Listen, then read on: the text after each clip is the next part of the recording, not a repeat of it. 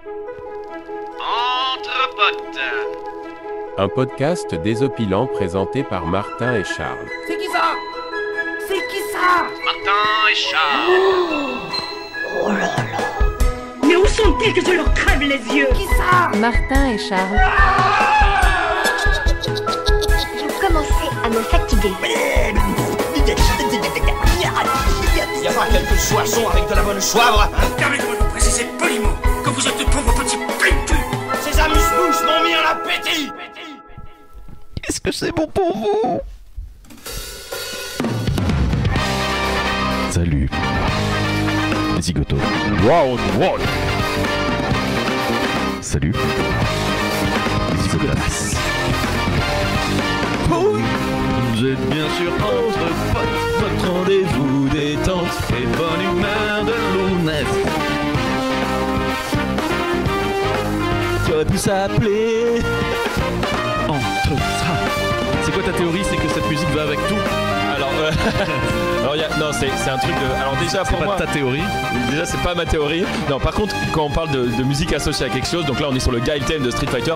Pour moi, dès qu'un mec se met en garde, Ah oui, c'est ça. pour moi dès qu'un mec se met en garde, il y a ça qui arrive quoi, genre. Ok. Et puis alors sur, il y a un délire de dire que dès qu'il se passe un truc épique dans un film, tu peux mettre cette musique là quoi. D'accord, ok. Ouais. Guy theme goes with everything. Oh salut les zigotos, les zigotas. Elle est pas mal cette version en plus. Je me demande si c'est des vrais cuivres ou. Ouais, on si, est je sur pense que c'est une du version un peu fanfare et Tu tout. penses? Ouais. Ah ouais, très bonne idée. Reprendre toutes celles et ceux qui ont un club de foot américain, des cheerleaders et des uniformes. Et vous êtes nombreux. N'hésitez pas, et vous êtes nombreux, on le sait. N'hésitez pas à reprendre avec votre fanfare. Hein, voilà. Le guy theme, Le guy theme, un n'hésitez banger à mes yeux. On vous le conseille. N'hésitez pas à dire que l'idée vient de nous. Ça va, Charles? Ouais, ça va impec. En forme de bonne humeur? Ouais, grave. Dis-moi, j'ai une question à te poser. Ah, une question de merde, j'espère. Plutôt, le capitaine Crochet. Oui. On l'appelle comme ça parce qu'il a un crochet. Ouais. Mais avant, il s'appelait comment? Il s'appelait Captain Moustache. Parce qu'il a une petite moustache assez stylée. Dans le Hook, effectivement, dans le Hook, le film. Ouais, Hook. Crochet. Crochet, je vais t'accrocher. Crochet, je t'ai accroché. Avec Robin Williams, Ouais. dans le rôle de Peter Pan. Et alors, quel est l'acteur qui joue Moi, j'ai demandé quelle est l'actrice qui joue la fée, parce qu'elle est très connue. Ah, bah la c'est fée. Julia Roberts. Ah, c'est Julia Roberts, tout à fait. Évidemment. Ouais. Et tu pensais au Capitaine Crochet, tout Ouais. simplement? Comment il s'appelle cet acteur? C'était Omar Sy, non? Dans le doute. Oh, merci. Malheureusement, je ne crois pas. Est-ce que tu fact-check? Je fact-check C'était. immédiatement. Alors moi je me souviens, tiens, ça m'évoque un souvenir immédiatement, ça Hook. J'avais eu, c'était un moment où les restaurants Quick étaient encore dominants sur le marché du burger français. Bien sûr, c'est Dustin Hoffman. Dustin Hoffman. Mais oui. Ah oui, maintenant que effectivement, je le vois. Évidemment. Je mangeais au restaurant Quick de Ralil, figure-toi, rez-de-chaussée de Ralil, ceux qui ont connu savent, les vrais savent. Et le cadeau du Happy Meal était la cassette vidéo de Hook. Énorme. Comme quoi, il y a quand même eu un delta dans les cadeaux des Happy Meal. Et donc voilà, j'ai eu, et j'avais le choix entre Hook et Jurassic Park. Énorme. Et je me demande si à l'époque j'aurais pas préféré Jurassic Park. Ouais. Mais Non, mais Hook est bien. Hein, donc je l'ai saigné, poncé pour reprendre. Il a poncé Hook. Ouais. Et ouais. Et il y avait les jeux, il y avait la gamme de jouets Hook Ouais. qui était assez cool. Ah oui, ok, d'accord. Il y avait Je plein de vois le trucs. Capitaine Crochet, effectivement. Et bon, et il y avait parmi les enfants les enfants perdus, il y en avait un malheureusement un peu gros qui dans le film se Eh mettait bah en oui, boule. bah j'allais t'en parler tout de suite, Et il évidemment. pouvait se mettre en boule vraiment. Ah ouais. Jouer, tu pouvais le faire rouler et tout. C'est vrai. Ouais. Ah bah putain, ça me donne envie de. Ça me donne envie directement de me mettre en boule. J'allais dire d'essayer de posséder cette figurine, mais me mettre en boule aussi. Ça va sinon? Bah écoute, ouais. Ça tombe bien qu'on ait un souvenir d'enfance est popé dans ma mémoire, puisque ça va être un petit peu le thème du jour. Toi et moi, on va parler de nos expériences de déménagement. Ouais, c'est ça, exactement, puisque c'est des sujets qui. Alors, c'est des sujets qu'on connaît aujourd'hui Qu'on de nos propres. qu'on maîtrise. Ouais, non mais qu'on. Ah, je voulais faire la liste, je l'ai pas fait. En parallèle, je vais préparer la liste de mes domiciles. Ah oui, bah parce que toi, ouais, effectivement, tu as une grande expérience de déménagement, donc tu auras une liste à faire. Mais j'allais dire, c'est un sujet que moi je découperai en deux, c'est les déménagements dont je n'étais pas à l'initiative, voilà, et ceux ensuite que j'ai provoqué et que j'ai choisi. Mais en attendant, on va inaugurer, toi et moi, une nouvelle rubrique d'Entre Potes saison 2 qu'on a appelée La Tier list. Tier list. Alors, est-ce que l'ami auditoriste sait ce que c'est qu'une tier list? Peut-être pas. Est-ce que Charles, tu peux nous en faire une définition rapide? Alors la tier list, c'est l'art de prendre, de prendre une liste d'éléments et qu'on va vouloir classer relativement les uns aux autres en disant celui-là est mieux que celui-là, celui-là est moins bien que celui-là. Ranker, voilà, exactement. Et du coup, plutôt que de mettre 1, 2, 3, 4, 5, 6, 7, 8, 9, 10, vraiment dans l'ordre, on va dire il y a le globe des vraiment meilleurs, le bloc des OK, le bloc des bof et le bloc des nuls. Quoi. Voilà. Donc tier list, le rang C, S, A, B, C. Quoi. Voilà. Et à la base c'est un truc plutôt du jeu vidéo pour dire voilà sur 50 je sais pas combattants ces 4 là ils sont vraiment trop forts, ces 5 là ils sont ok dans toute situation, ensuite ceux là ils sont en fonction de la situation ils peuvent être très forts que dans certaines situations, puis ceux là ils sont tout le temps nuls quoi. Et ça a dérivé en une pratique un peu drôle de essayer de ranker des trucs qui sont pas rankables entre les sauces du frigo, ça tu me diras c'est rankable mais non mais avec un complètement subjectif, tu vois. Parce qu'à la base dans la tier list il y a quelque chose d'un peu objectif, genre ceux-là ils sont objectivement trop forts alors qu'après c'est moi je t'ai dit, j'ai entendu un podcast sur les instruments de musique, les mecs rankaient les instruments de musique en disant qui de la clarinette ou du trombone et le goat le goat de l'instrument voilà. Et pour quelle raison? C'est ça qui est marrant, c'est ça qui est marrant donc voilà exactement. Bon et ben on petit jingle et on se lance sur notre première tier list. C'est parti, let's gong.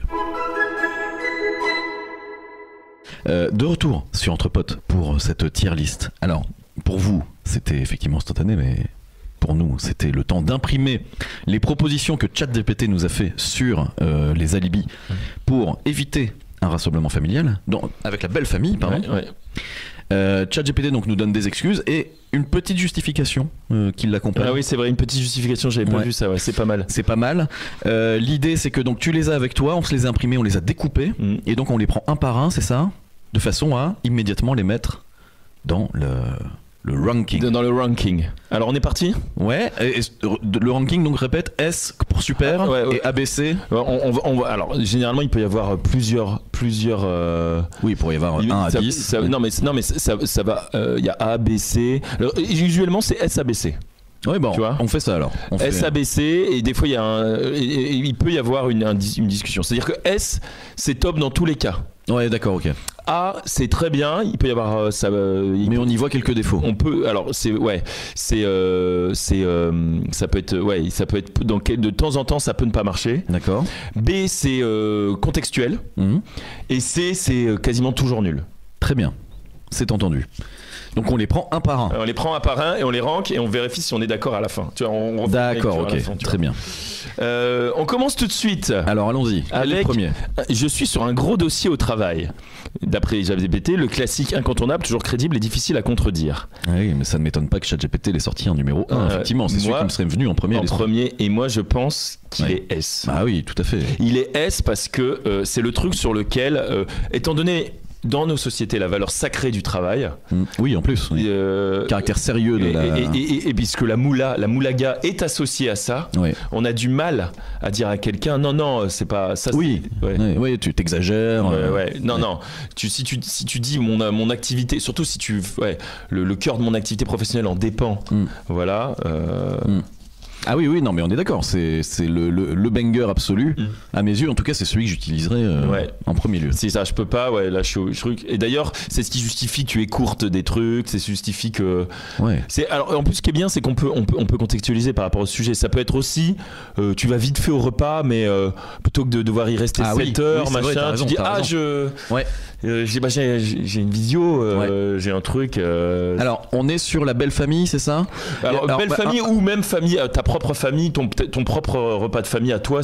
Ok, parce qu'il y a quelque chose que ChatGPT, je l'ai tout de suite vu, a pas pris en compte dans les propositions, c'est que quand j'imagine ça, je suis nécessairement le week-end.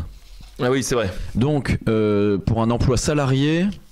C'est plus compliqué. Enfin, ça peut être, je dois travailler à la maison. Il n'y a pas de souci. C'est ça. Mais non, mais ça peut être aussi une excuse. On peut étendre à une excuse pour pas aller tout un week-end ou un truc qui d'accord, tu vois ce que je veux dire. Ok. C'est tout type de visite en fait. D'accord. Ah oui, c'est pas forcément une excuse qu'on trouve le dimanche matin pour le dimanche midi. Ouais, exactement. Ok, d'accord. Tu vois, d'accord. moi ça marche comme ça. Donc moi celle-là elle est clairement S. Ouais, S, mais c'est clairement S. Mais quelqu'un qui aurait un métier salarié, etc., l'aurait peut-être pas mis parce que tu peux pas. Tu vois ce que je veux dire ou pas? Un ouvrier à la chaîne pourrait pas mobiliser cette excuse. Tu veux dire qu'on fait une forme de classisme. Mais ok, on est d'accord. De toute façon, moi c'est celle qui me serait. Si on m'en a demandé qu'une, j'aurais pris celle-là. Alors, sachant qu'il va peut-être y avoir des trucs, donc il va y avoir des. Évidemment, des mouvements. Ouais. C'est pas mal là ce Excellent, mais je ne pourrai pas le faire avec toutes, hélas. Ensuite, nous partons sur une deuxième excuse. Alors, je les prends dans l'ordre qui nous a. Ouais, tout à fait, oui. Ouais. Alors, nanana, foutu. Bon. Je me sens vraiment pas bien, je pense couver quelque chose. Un classique. Qui oserait te forcer à venir si tu risques de contaminer tout le monde? Ah oui. Alors là, la justification, effectivement, elle est bien. Elle est balèze. Parce que il y a effectivement, si c'était, je suis fatigué, je me sens pas bien, je suis fatigué. L'aspect personnel. On peut, en fonction des cultures de famille, on peut t'inviter à faire un effort. Tu prends un Doliprane. Tu prends un Doliprane, tu prends sur toi et tu vas voir mamie. Donc faut trouver un risque contagieux. Ouais, c'est ça. Après, tu mets le doigt sur quelque chose d'intéressant. Parce que c'est vrai. Faut trouver comment c'est formulé, c'est quoi l'intitulé? Faut trouver quelque chose quand même d'emmerdant. Je me sens vraiment pas bien. Ah oui, parce que quelque simplement chose. Je me sens vraiment pas bien. C'est dur, attention, la formulation est pas bonne. C'est pas comme si c'était je suis positif au Covid et j'ai 42 fièvre. Là, c'est je me sens vraiment pas bien. C'est beaucoup plus flou. Alors parce que là où ChatGPT reflète bien je pense les opinions. Les popular opinions, c'est que effectivement l'excuse du travail et l'excuse de la santé, c'est effectivement pour moi les deux trucs qui me seraient venus à l'esprit.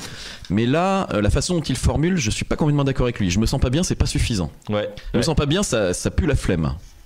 Et ça, c'est une mauvaise excuse pour une réunion de famille. Je me sens pas bien.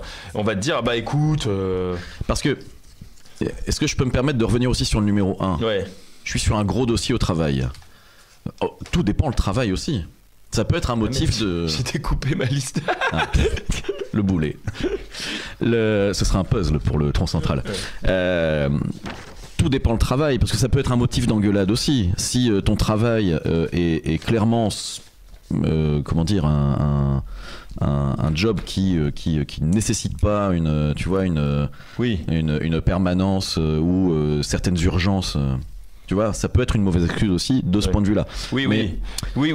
Si sans aucun jugement, hein, mais ou alors moi si t'es vendeur dans un magasin. Oui, voilà, tout à fait. Ou moi je peux me sentir. Tu peux mentir en disant ah ouais mais là on travaille c'est un jour d'ouverture exceptionnelle, mon patron m'a demandé de venir bosser ce jour-là, je peux pas. Oui, il y a un inventaire. Ouais, tu peux peut-être toujours trouver un truc effectivement. C'est vrai.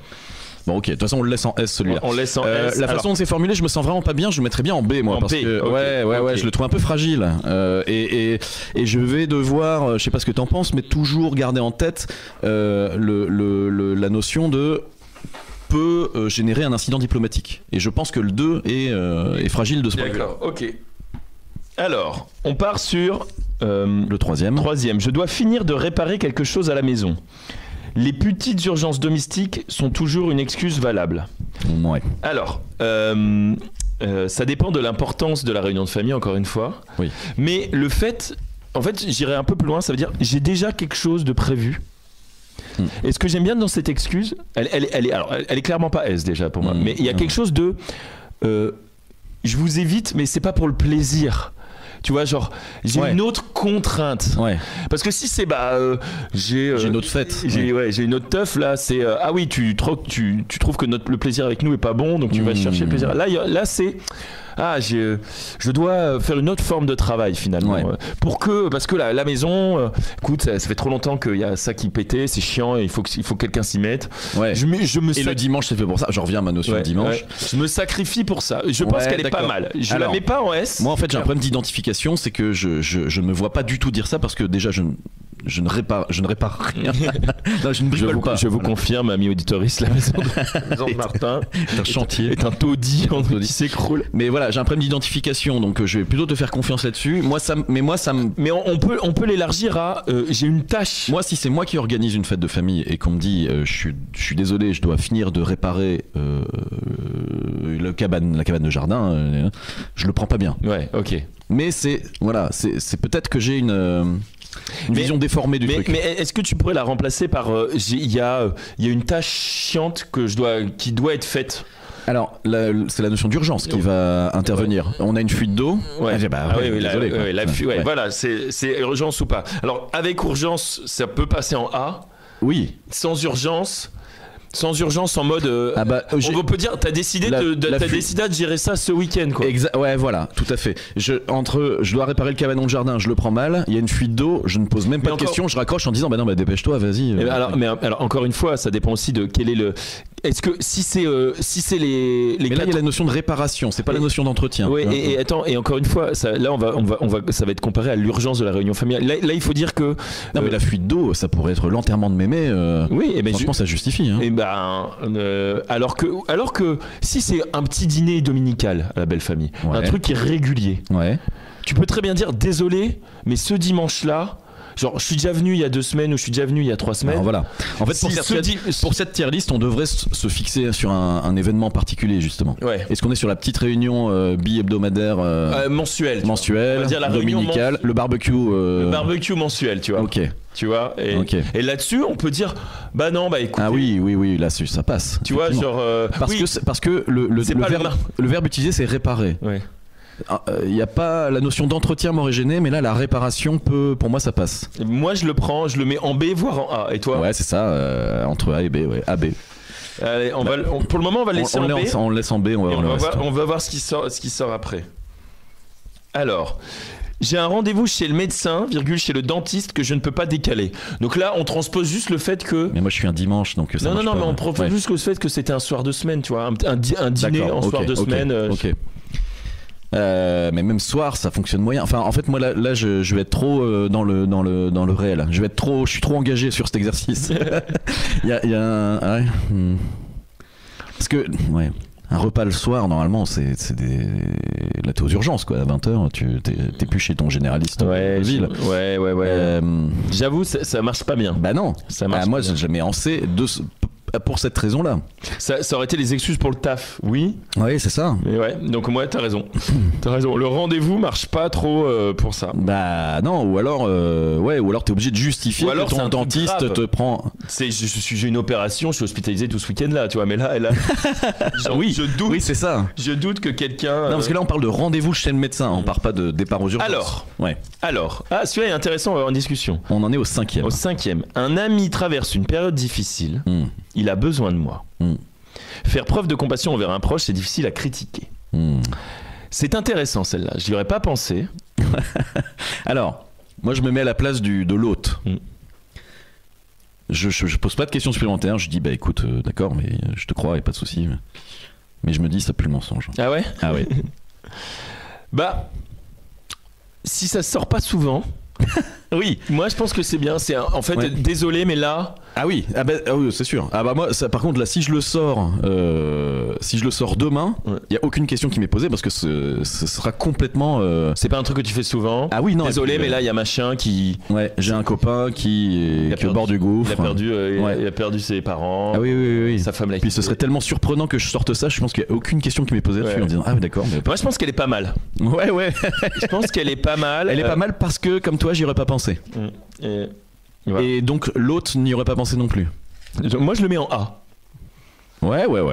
Genre SA en fait. Utilisé avec parcimonie. Ah oui, par contre c'est un fusil à un coup. Ouais, c'est ça. C'est pour ça que je la mets en A et pas en S. C'est un fusil à une cartouche. Alors, je dois je dois absolument rattraper du retard sur un projet important. Ce qui est intéressant, c'est qu'il a dit même principe que la première excuse, qui est si je suis sur un gros dossier au travail, même principe que la première excuse, mais un peu plus flexible. Alors là, il nous donne en plus vraiment un mode d'emploi. Sortez ça, si ça marche pas, sortez ça. Oui. Alors moi, je suis pas un peu plus flexible. Pourquoi je dois absolument rattraper du retard au travail. D'accord. Et l'autre, c'est je suis sur un gros dossier. Donc caractère effectivement plus exceptionnel de la première. Le retard au travail plus flexible parce que tu peux l'utiliser plus souvent peut-être. Oui, parce qu'en fait la première excuse dans celle-là on rajouterait le fait que quelqu'un a mal travaillé. Tu vois, en fait, du retard, c'est pas forcément toi, ça peut être dû aux autres. Tu peux dire, tu blâmes, tu dis genre, quelqu'un a mal fait son taf, je dois rattraper les morceaux. D'accord, il y a ça. Tu vois. Moi, je vois autre chose. C'est que je suis sur un gros dossier. Ah bon, quel gros dossier ? On peut te demander ça. Et là, il faut que tu prépares le coup. Tu inventes un gros dossier. J'ai du retard au travail. Ah bon, quel genre de retard ? Et tu peux dire plein de trucs. Et ça suffit. Ouais, ou tu peux faire des trucs qui sont vrais ou qui sont potentiellement finis, mais tu les inventes pas finis. Et ça fonctionne. Ouais. Et donc du coup, est-ce que tu mettrais pas plus celle-là en S et l'autre en A ? Peut-être, ouais. En plus, le gros dossier, c'est aussi presque un fusil à un coup. Ouais. Tu peux pas toujours être sur un gros dos. Nous venons de déclasser la 1. Allez, on enchaîne. La 7. Alors... J'ai un imprévu avec la voiture, je dois m'en occuper tout de suite. La mécanique, c'est toujours une bonne échappatoire. Alors ça, je vais pas pouvoir répondre parce que j'ai pas de caisse. Mais c'est comme le bricolage, là, le réparage. C'est que pour moi, on est un dimanche. Toujours pareil, hein. Pardon de revenir là-dessus sans arrêt. Non, mais donc ça veut dire que je bricole moi-même ma voiture. Non, là c'est pas que tu bricoles, c'est que tu peux pas venir. Tu n'as pas. Ah, d'accord, ma voiture ne roule pas donc je ne peux pas venir, c'est ça ? Ouais, tu as pas les moyens. C'est comme ça que tu le comprends. Ouais. Alors ça c'est du gros mensonge, c'est-à-dire qu'il faut pas qu'on te voit. La mécanique, c'est. Oui, il faut pas qu'on te voit en train de drifter sur le parking du Leclerc. Et oui, et là c'est le dimanche, si je ne suis pas repas de famille, je drift sur le parking de Leclerc. Donc comment faire ? D'accord, c'est effectivement. Pour moi, c'était de réparer soi-même sa voiture. Donc là, pour moi, c'est absolument pas crédible. Non. Car autant je ne répare même pas le clou qui est dans mon mur. Je vais pas commencer à changer des pièces de moteur. Si on transpose, il y a un problème de train. Oui, c'est ça. De train, de grève de métro. Ah bah ça, quand même, quand il y a des galères de transport des vrais, non, on verra plus tard parce que là. Ouais. La belle famille va pas dire. Il y a toujours un taxi, il y a toujours Uber. Un peu. Ouais. Ça dépend de l'importance de la relation et de la prod. Encore une fois, si c'est une petite réunion familiale qui a déjà eu lieu et qui aura lieu de nouveau, voilà. Si c'est les 70 ans de machin et c'est immanquable, voilà. Ah bah voilà. Non mais alors attends. On va la mettre. Pour moi, on la met entre B et C. Ouais, c'est ça. Parce qu'en fait, c'est selon le contexte. L'enterrement de mémé, c'est une excuse qui ne tient pas. On peut toujours faire autrement. Ouais. Tu peux toujours appeler un pote qui te conduit, etc. Voilà. Ouais. Par contre, le petit truc hebdo mensuel, et là dire ça peut marcher. Est-ce qu'on va prendre 40 balles de taxi pour faire un repas qu'on pourra faire dans 2 semaines ? Voilà. Donc en fait, c'est entre B et C pour cette raison-là. C'est que c'est moyen, mais ça peut être très mauvais. Je vais la mettre en C. On la met en C pour l'instant. On verra comment ça marche. Non, mais de toute façon, on va pas refaire une revue. Si, on fera une petite revue rapide, mais on va basculer sur 8. Il y a un souci avec notre connexion internet. Je dois rester pour accueillir le technicien. Alors voilà, ok. Oublions internet. C'est l'accueil d'un technicien. Ouais. Non, mais sur un truc vital.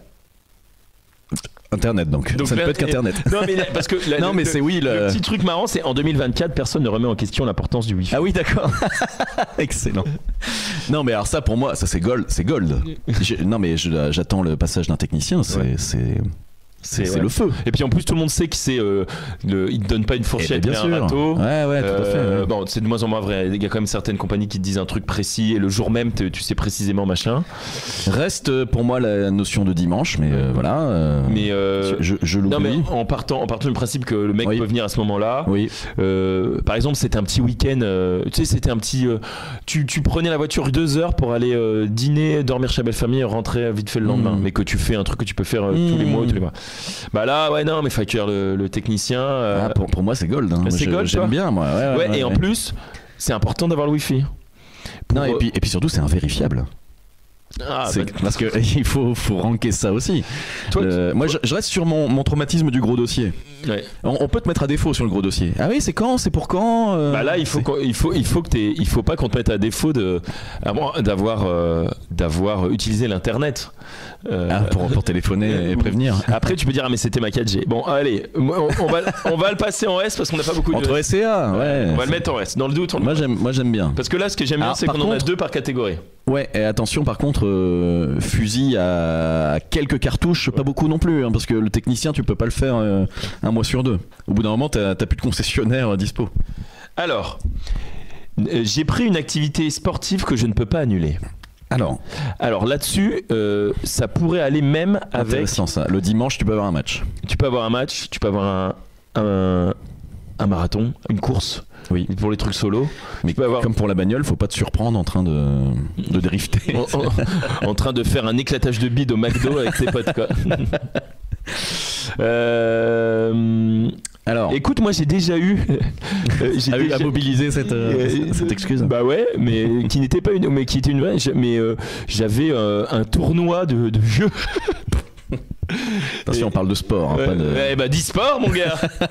non, mais même pas c'était le jeu de société. Ouais. Un tournoi de Uno. Un tournoi de Uno. Mais non, mais c'est le tournoi de bridge. De trucs. Je vois quand même une faiblesse, une fragilité sur cette excuse, c'est que justement, il faut que ce soit un événement réel. Non, mais surtout unique. Alors, effectivement, réel aussi. Unique parce que si jamais tu dis j'ai match avec mon club de foot, c'est une excuse qui vaudra la semaine d'après et la semaine encore d'après et oui. Ouais, tu vois. Oui, non, mais ça faut pas que ce soit périodique. Mais si, ça peut être périodique. Justement. Ah oui, mais parce que tout le monde sait que c'est la plaie et que quand t'as des alors quand t'as quelqu'un qui fait une activité de manière régulière, il est engagé, surtout si c'est dans un match, dans une équipe. Oui, mais là on s'est dit au préambule que on était sur le repas mensuel familial. Ouais. Donc c'est à dire qu'il faudra décaler nos habitudes. Ça ne peut plus être le dimanche parce que désormais j'ai match. Ouais, c'est ça. Ouais. Donc ça veut dire que c'est une excuse que tu ne peux pas. Enfin, tu peux pas la dupliquer. Ouais. Alors que l'événement ponctuel, ça marche mieux. Comme tournoi de jeu. Ouais, ou n'importe quel tournoi. Sauf que n'importe quel tournoi, ça se vérifie aussi. Attention, c'est vérifiable. Ouais, j'en viens à mon. C'est pour ça que moi. vous pouvez vérifier, c'est vérifiable. Je l'ai dit dans mon livre. C'est pour ça que je la mettrais plutôt en bas du classement. Ah ouais. Ouais. Parce que fusil à un coup, parce que vérifiable. On la met en B alors. Ouais, je la considère pas comme nulle à chier, mais je la mets en B. Ouais. Oui, parce que non mais ouais. Et alors enfin la dernière, et moi j'en ai une 11e à proposer qui n'est pas sortie de cette tier list parce que on l'avait pas dit. On a prévu un week-end de couple pour se retrouver. Ah oui. Mettre l'accent sur la nécessité de renforcer votre relation peut même jouer en ta faveur à long terme. Et ben moi ça j'aime bien. Alors et en plus, alors là il y a un côté t'embarques ton conjoint ton conjoint dans le mensonge. Parce que j'ai un gros dossier au travail où je dois rappeler du retard au travail. Ça peut être un mensonge, y compris à ton conjoint. Et ben en fait, oui, c'est vrai. Alors que là, t'embarques ton conjoint dans le mensonge. Et en plus, non mais moi, il y a quelque chose que j'aime bien dans celle-là, c'est que c'est valorisable. Alors non seulement déjà, il y a une forme d'égoïsme assumé. Ouais. Tu vois parce que quand on fait les autres, on te dit mais est-ce que derrière son altruisme, il cherche pas à s'excuser et qu'il a la flemme et tout. Ouais. Là. En fait, c'est une forme de concession. Tu concèdes une part d'égoïsme. Ouais. Tu vois, genre, en fait, on va être honnête avec vous. Ouais. Tu vois, et du coup, moi j'adore ce type d'excuses. Ouais. Parce qu'en fait, tu mets dans l'embarras les autres. Tu donnes une forme de transparence en mode, on pourrait être avec vous. Je vais pas vous trouver une excuse bidon du style j'attends le technicien frais. On pourrait être avec vous, mais on a jugé que c'était là et là tu en appelles à la compassion de l'interlocuteur en mode c'est un peu dur en ce moment avec nous. On a besoin de se faire un truc un peu tranquille, machin. Et là c'est extrêmement vicelard. Et là, moi, j'aime bien ça. J'aime bien parce que la manipulation. Parce que c'est de la fausse, de la vraie fausse. Mais en tout cas, je tiens à dire que c'est dégueulasse si le résultat n'est pas de rester avec ton conjoint. Et moi, là, dans ce cas, jamais je ne ferai pas ce qui est marqué dans le papier. Mais je pourrais dire, en fait, j'ai envie d'affirmer mon égoïsme en disant, j'ai besoin d'un temps. Alors, et d'ailleurs, j'aurais pu le mettre tout seul aussi. Je suis désolé, mais là, ça va pas très bien en ce moment. Je peux assumer, alors pas à sortir tout le temps parce qu'il faut réussir à faire des il faut faire des efforts à l'autre et des efforts mais tu peux dire à un moment ça va pas très bien, que ce soit moi ou notre couple, et je suis désolé mais là ça pourrait même être je vais être de mauvaise compagnie sinon. Ok. Tu vois, en mode est-ce que c'est vrai là j'ai plus besoin de ça que de tirer la gueule en réunion de famille, tu vois. Et moi ça je suis capable de le faire. Est-ce que vous voulez vraiment me voir là pas content d'être là ou est-ce que tu préfères qu'on s'épanouisse et là, tu vois, et il y a un truc un peu vicelard, c'est que tu rends l'autre responsable. Ouais, j'ai bien compris. Rends responsable de dire tiens, est-ce que comment. J'ai bien compris. À la première lecture, je l'avais pas compris comme ça. Je l'avais compris comme quelque chose d'un peu random, disant on a prévu autre chose en fait. On peut pas en. Oui, mais le prévu autre chose, si c'est pas très important, on peut l'annuler ou le reporter. Oui. Et là, tu peux dire on en a besoin. Ouais. Tu vois, j'ai bien compris. Moi, je mets S ou A. Tu m'as convaincu. Je le mets S ou A. Ouais, voilà, mets-le là où tu étais. Je sais pas, je vais le mettre S, tu vois. Et moi, j'en avais une autre qui n'est. Il a écrit diarrhée sur son papier. Alors, diarrhée, oui, ça c'est, j'ai la gastro. On l'a dans le. J'ai la fidèle gastro. Attends, on l'a dans le. Je me sens pas bien. Ça peut être. J'ai une chiasse atomique. Ouais, mais. J'ai une chiasse atomique, ouais. Non, mais alors, tu n'as pas écrit diarrhée, tu as écrit quoi? J'ai écrit excuse enfant. Ah d'accord. C'est vrai que en fait il y a plein de gens qui finalement alors ça moi je trouve que c'est un truc qui marche souvent que alors soirée ou truc et machin et tout ça allait pas les enfants ils étaient malades ou d'accord ou ils étaient insupportables là, ou ça. La difficulté avec des excuses d'enfants c'est que derrière si l'hôte est mal intentionné tu peux être sûr qu'au rendez-vous d'après c'était bon alors t'avais la gastro et que le gamin n'a pas nécessairement le volet stratégique en tête à dire oui. Non mais il peut répondre sincèrement bah non on était au parc. Ah bah non on a regardé des dessins animés toute la journée pendant que papa et maman étaient enfermés dans la chambre. Tu vois, je pense qu'un autre mal intentionné peut utiliser la naïveté de l'enfant. Oui mais alors excuse enfant je vais dire 1-3 ans. C'est-à-dire exactement mon cas. D'accord, ok, entendu. Non mais les enfants en bas âge, en vraiment bas âge. Ouais d'accord, ok. Les êtres sans défense. Qui sont potentiellement tout le temps malades. Oui. Qui sont potentiellement, j'ai entendu. Qui sont potentiellement, qui du jour au lendemain, tu vas lui dire la semaine dernière, t'étais malade. Ouais, ok. Il va te dire oui, il va te dire non, il va te dire j'ai mangé des frites, enfin genre. Ok. Non, mais ok, très bien, bien joué. Et ben moi cette excuse-là, je la trouve très puissante, tu vois. Ouais. Et en fait, je pense que tous les gens avec ou sans enfants. Ont entendu des excuses enfants. Oui, bien sûr. Mais là, on est bien sur une fausse excuse. On est d'accord, hein. Donc attention, le dilemme moral. Ouais, mais là, je pense que la flemme qui bascule en faire passer la responsabilité de la flemme sur les enfants bas âge, ça, je pense que ça a été dégainé plus d'une fois. Ah oui. Mais par contre, attention, je pense que l'autre le prend mal. Si jamais c'est à répétition, quoi. Si c'est à répétition, et surtout si c'est juste, il est fatigué. Parce que l'autre va dire mais il y a son petit lit, dans ton ancienne chambre. Je pense que, non, moi je suis pas d'accord avec toi parce que je pense que c'est les trucs sur lesquels on a du mal à. Ah oui, d'accord. On peut en inciter l'autre à faire des efforts, ton pote ou ta famille. Non, mec, fais pas chier, fais un effort. Tu vois, genre tu te sens pas bien, ok, tu bois pas, tu bois qu'un verre, t'as mal au ventre, tu es fatigué, t'as mal à la tête, tu prends un Doliprane, tu bois un verre, tu serres les fesses. Au pire, on fait le gâteau, après le gâteau, tu te barres, voilà. Alors que on a du mal à à dire ton fils va faire un effort, tu vois. Ouais, non mais tout à fait, d'accord. Donc moi je la mets S ou A. Ok. T'as raison, c'est très bien. Et c'est vrai qu'on se met quand même dans une situation où t'as vraiment pas envie d'y aller, quoi. Donc t'es prêt à assumer tes excuses. Parce qu'il y a ça aussi. En fait, moi je me mets dans une situation où je mobiliserai le mauvais bout de papier là, parce qu'on a des bouts de papier en face de nous, et après je m'en voudrais en disant oh putain merde, j'aurais pu faire un effort, on aurait pu y aller puis repartir après le dessert et tout. Non, là t'as vraiment pas envie d'y aller. Donc t'as pas envie d'y aller, donc tu assumes ce que tu racontes. Bon, moi je vois que t'as descendu le technicien free. Ouais. Ok. Pour une simple et bonne raison, c'est que ça reste contextuel ou à sortir une fois ou deux. Oui. Donc est-ce qu'on les relit ou j'ai peur que ce soit un peu long? Ouais, c'est un petit peu long. Non. Je pense que l'auditoriste aura ranké lui dans son esprit. Son truc, et à la limite, on mettra en PJ la photo du rank. Ok, nickel. Et ben voilà. Bon, c'était notre première tier list. Moi, j'ai trouvé ça très marrant. Moi, j'ai bien aimé et j'ai bien aimé la discussion. Yes. Alors, les thèmes n'étaient pas les plus drôles finalement. On a finalement discuté sérieusement, mais comme d'hab en fait finalement. Ouais. Moi j'ai bien aimé. Alors attends, ça c'est trop loin. Le temps que tu prennes ta photo, je embarque l'ami auditeur par la main pour le tronc central de l'épisode. C'est parti.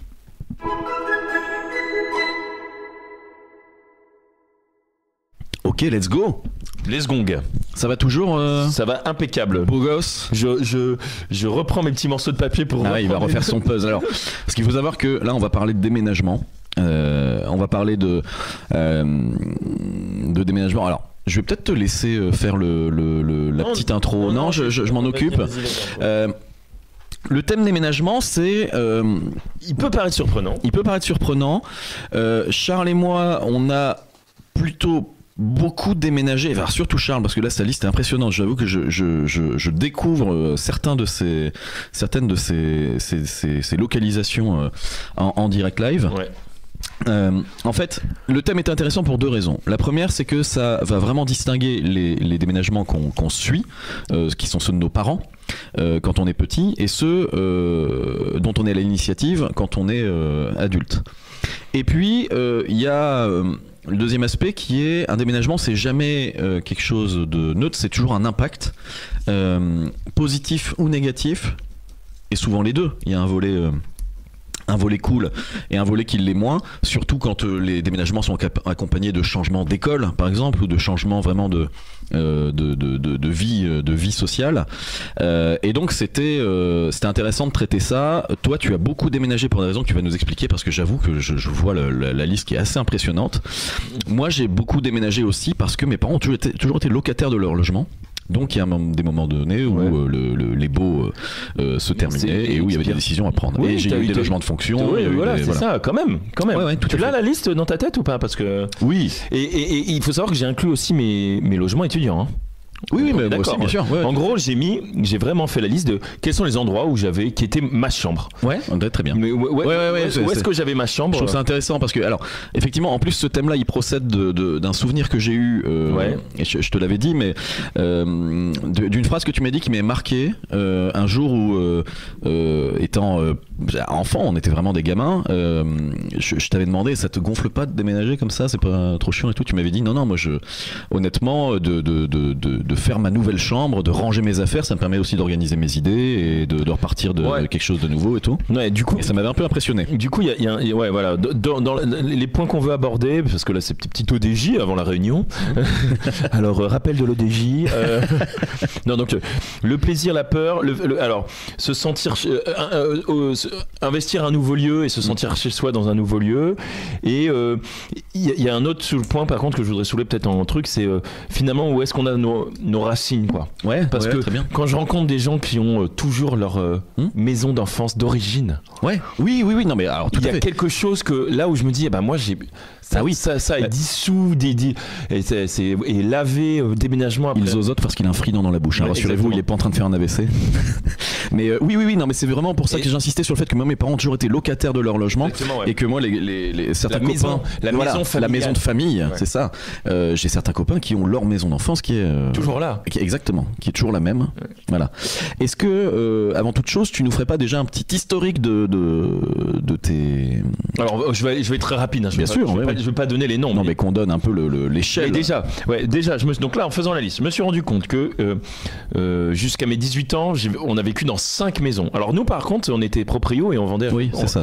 Ah non, il y a quand même eu des locs, je crois. Il y a eu une maison pendant un an où on a eu une loc. Faut pas déconner. Mais moi, j'ai vécu de Lille 59 à Carvin 62. J'ai vécu jusqu'à mes 18 ans dans 5 maisons. Sachant que Lille, en plus, t'es pas resté longtemps. Oui, donc il y en C'est a presque de Falampin à Carvin. Ouais, mais Lille quand même. Si, Lille jusqu'à mes 3 ou mes 4 ans. Hein. Oui, bah c'est pas long, Bah ouais, mais vu qu'il y a, si tu fais 5 maisons, 4 x 5, 20, ça m'amène à mes 20 ans. Hein. Ouais. Donc c'est en moyenne. Tous les 4 ans, tu déménages. En moyenne, tous les 4 ans, un déménagement, quoi. Alors qu'en vrai, il y en a où on est resté juste 1 an et demi, et là, il y en a un autre où on a dû faire 5-6 ans. Non, mais c'est là où je te dis, je veux pas rentrer dans le détail. Tout à fait. Mais donc déjà. Ah, il y a eu 2 maisons à Carvin ? Oui. D'accord, ok. Ah oui, c'est vrai. Oui. Déjà, l'habitude de déménager, d'avoir des nouvelles chambres, et de se sentir bien dans sa chambre quoi qu'il arrive. Est-ce que ça générait de l'anxiété chez toi quand on te disait on déménage ? Non. D'accord. Non. Alors peut-être, on en reviendra. Peut-être le sujet de quand même. Quand j'ai quitté Falampin, qui était mon havre de primaire. Oui. Tes copains. Mes copains, machin. Et que finalement j'ai fait. Et d'ailleurs, c'était entre le primaire et le collège. Si, je mens. J'ai menti. Vous mentez, monsieur. Le déménagement entre Falampin et Carvin. D'ailleurs, il y a eu une année tampon à Vahagny et c'est ça qui a été dur. Parce que je me souviens de Vahagny. J'ai quitté. Mon environnement safe de primaire. Vahagny, c'était la clôture pour chevaux. Oui. J'ai quitté mon environnement safe de primaire et je suis arrivé dans un environnement de collège complètement différent. Et en plus, socialement différent. Oui. Parce que c'était quand même assez bourgeois. Falampin, c'était Bourges. Falampin, et que c'était beaucoup plus populaire qu'Arvin. Et ça, j'ai morflé. Ouais. Non, je mentirais, j'ai vraiment morflé de ça. Ouais. Mais alors, pourtant, c'est à Vahagny que tu m'as dit ce que je racontais juste avant. Oui, mais par contre, j'ai bien aimé. L'acte de déménager, oui, d'accord. Et c'est peut-être ça qui m'a donné l'amour un peu d'une forme d'architecture, de découvrir. Moi, je suis toujours curieux de rentrer chez les gens, de voir leur maison, comment ils vivent, machin. Ça vient certainement de là. J'adore. Je sais qu'on peut prendre un lieu et y projeter ses habitudes de vie. Et du coup, à contrario, découvrir celles des autres et tout, ça m'a toujours intéressé. Ouais. Donc 5 maisons avec ma famille. Ensuite, étudiant, j'ai quand même fait bon, je vais pas vers la fronque de quand j'étais dans la même raise, je changeais de piole étudiante. Je considère que c'est le même endroit, quoi. Oui, là on est d'accord. Mais par contre, surtout que tu bougeais quoi ? T'avais un sac à dos et une valise, quoi. Ouais, c'est ça. C'est pas vraiment un déménagement. Oui, mais là, si, quand même. Moi, alors par contre, j'ai vécu à Lille. Oui. J'ai vécu à Rennes. Ah oui, d'accord. Et j'ai vécu à Gif. Sur Yvette. Et on rappelle, tu n'étais pas un gif. Non, j'étais ce qu'on appelle un gifois, le gentilé étant gifoise. Dans des raises étudiantes à chaque fois. Ouais. Et je faisais partie des gens qui, quand ils arrivaient, j'avais des petits meubles, tu vois, d'appoint, des petits trucs et tout. J'avais mon petit truc de ma chambre, qui était souvent une chambre d'ailleurs chez lesquelles les gens venaient. Ah oui, d'accord. Ouais, parce que déjà j'étais un peu la grande gueule, machin. Ouais. Et en plus j'avais souvent beaucoup de déco, des trucs. Rien qu'en prépa, j'avais des petits meubles où les gens, j'adorais voir des gens chez moi. Je débarquais des cours et il y avait un pote qui était là, qui prenait le thé chez moi en train de lire un de mes mangas et puis m'avait ramené un autre truc à lire et tout. Il y avait déjà ce concept, même si on était dans un lieu qui à la base était assez impersonnel. Ouais, et qui était fermé, non ? C'était pas fermé à clé ? Non, je fermais pas. Je fermais pas à clé ma chambre. Je fermais souvent. Donc les gens ne crochetaient pas la serrure pour venir prendre un thé chez toi. Non, voilà. Et donc j'ai vécu dans 3 endroits. Ouais. Et puis il y a aussi le fait de vivre dans 3 endroits, s'approprier les moyens de transport de 3 villes, découvrir les spots de 3 villes, voilà. Et ensuite j'ai débarqué à Paris et là donc je suis à Paris depuis 2010. Ouais. Ça fait donc 14 ans. Ouais. Et j'ai vécu dans 8 appartements différents. Ok. Et alors ça, c'est l'histoire entre une arrivée à Paris un peu imprévue, parce que j'avais prévu un truc. Bon, ensuite accompagné j'ai eu 3 compagnes. De long terme avec en même temps oui, voilà, avec lesquels j'ai toujours vécu, donc 3 appartements avec 2 ruptures importantes, donc on rechange d'appartement, donc tu vois, de fil en aiguille, ça fait beaucoup là, non ? Ça fait beaucoup là, non ? Et donc énormément de déménagements à Paris, et toujours le plaisir de trouver un appartement, d'y aller. Moi, c'est pas du tout une corvée. J'aime l'idée de me dire, je vais investir un nouveau lieu. Et alors là, j'arrêterai avec ça. J'aime aussi faire les déménagements des autres.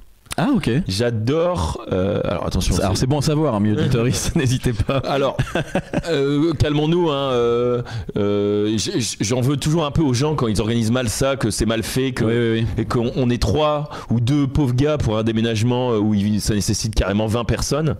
Donc ça, non, je fais plus des trucs de débile, tu vois. Ouais. Mais par contre, j'aime aider et en fait parce que c'est le prétexte pour moi de découvrir le futur lieu d'un pote, projeter tu devrais peut-être faire ça comme ça et tout.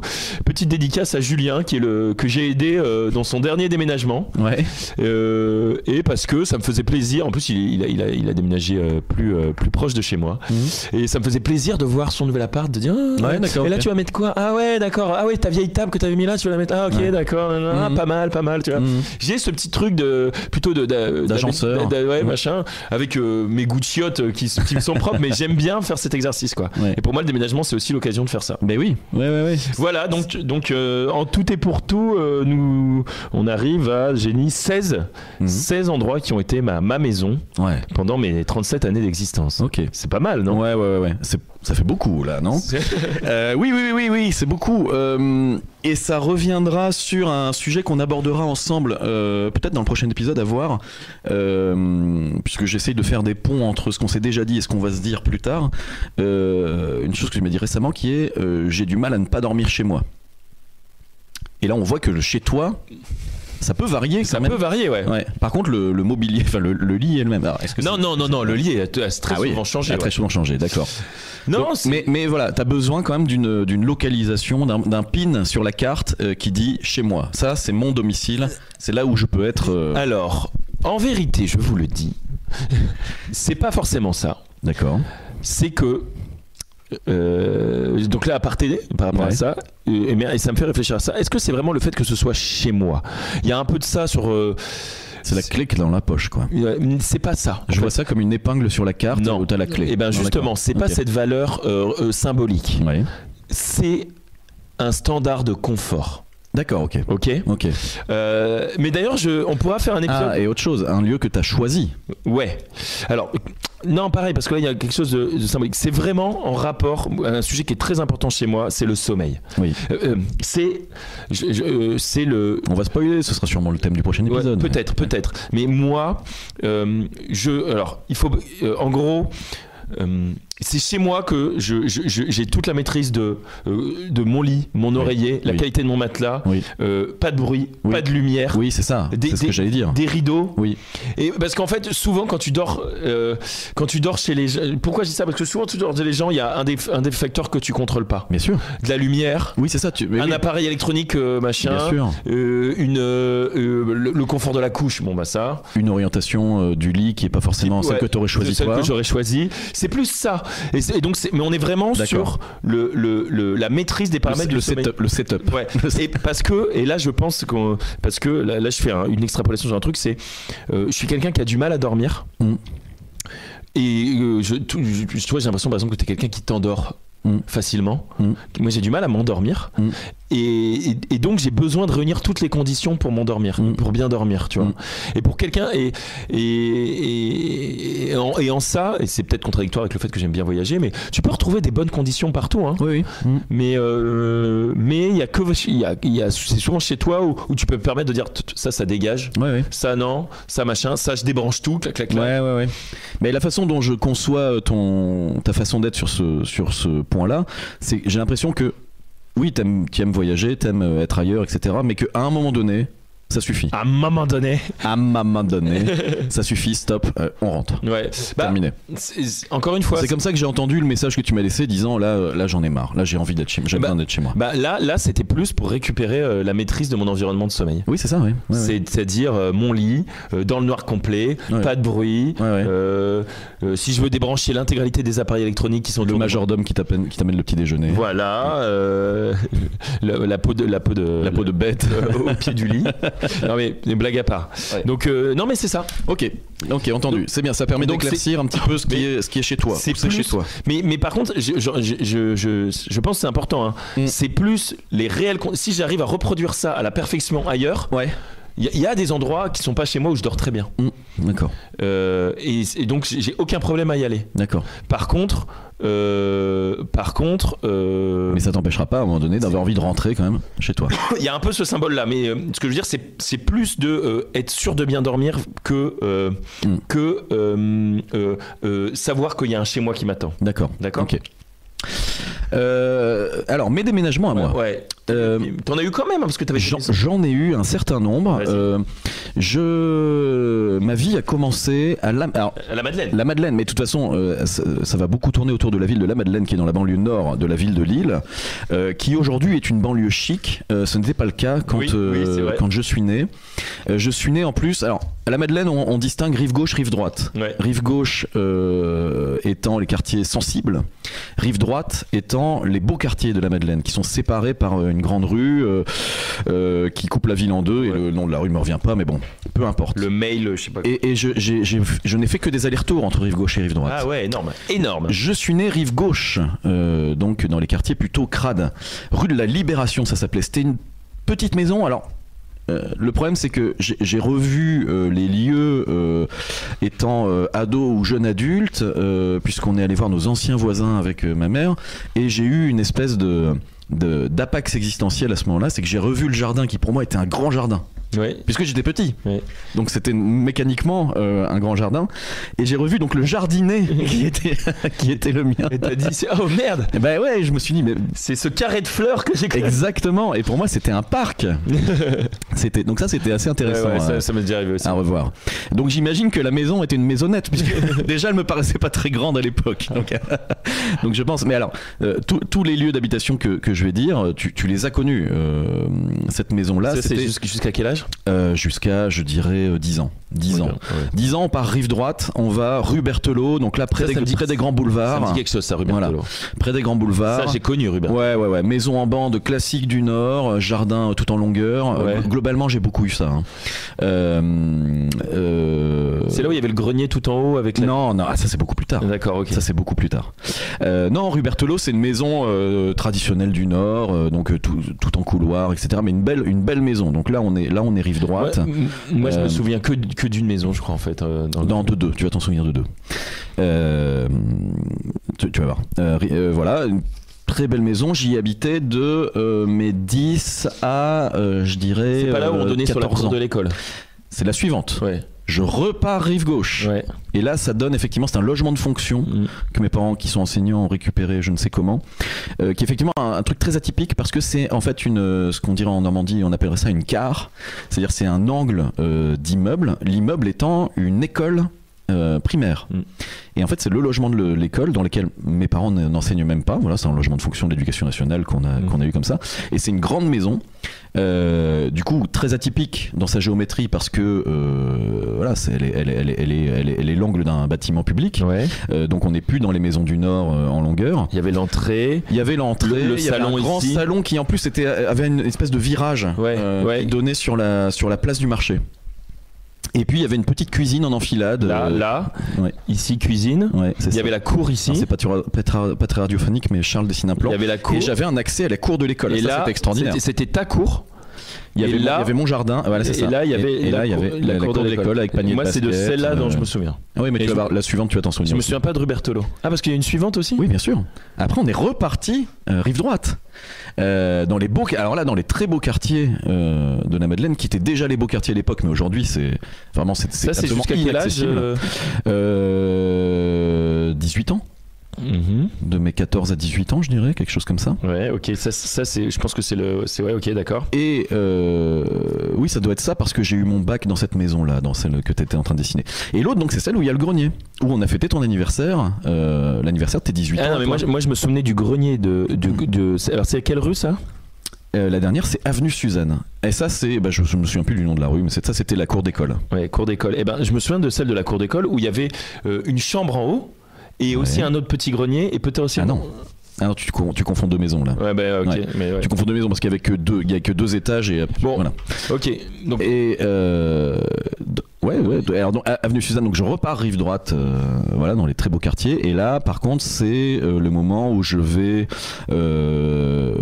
commencer à habiter parfois chez des copains, parce que moi j'ai eu un réseau de copains qui eux avaient des appartes de leurs parents sur l'île, et par le fait du hasard, en fait, ils me proposaient des colocs un peu spontanés comme ça, sans forcément qu'il y ait de loyer, où je donnais la CAF, je donnais ce que j'avais de la CAF, je déclarais quand même habiter là, et je donnais juste ce que j'avais de la CAF. Donc en fait, voilà, une série de sauts de puce qui m'ont fait parfois revenir chez mes parents, hein, mais à partir de là j'ai commencé à être plus indépendant, et là je suis en école d'archi, donc j'ai 18-19 ans quoi. Donc en fait t'as eu 4 j'ai eu 4 maisons.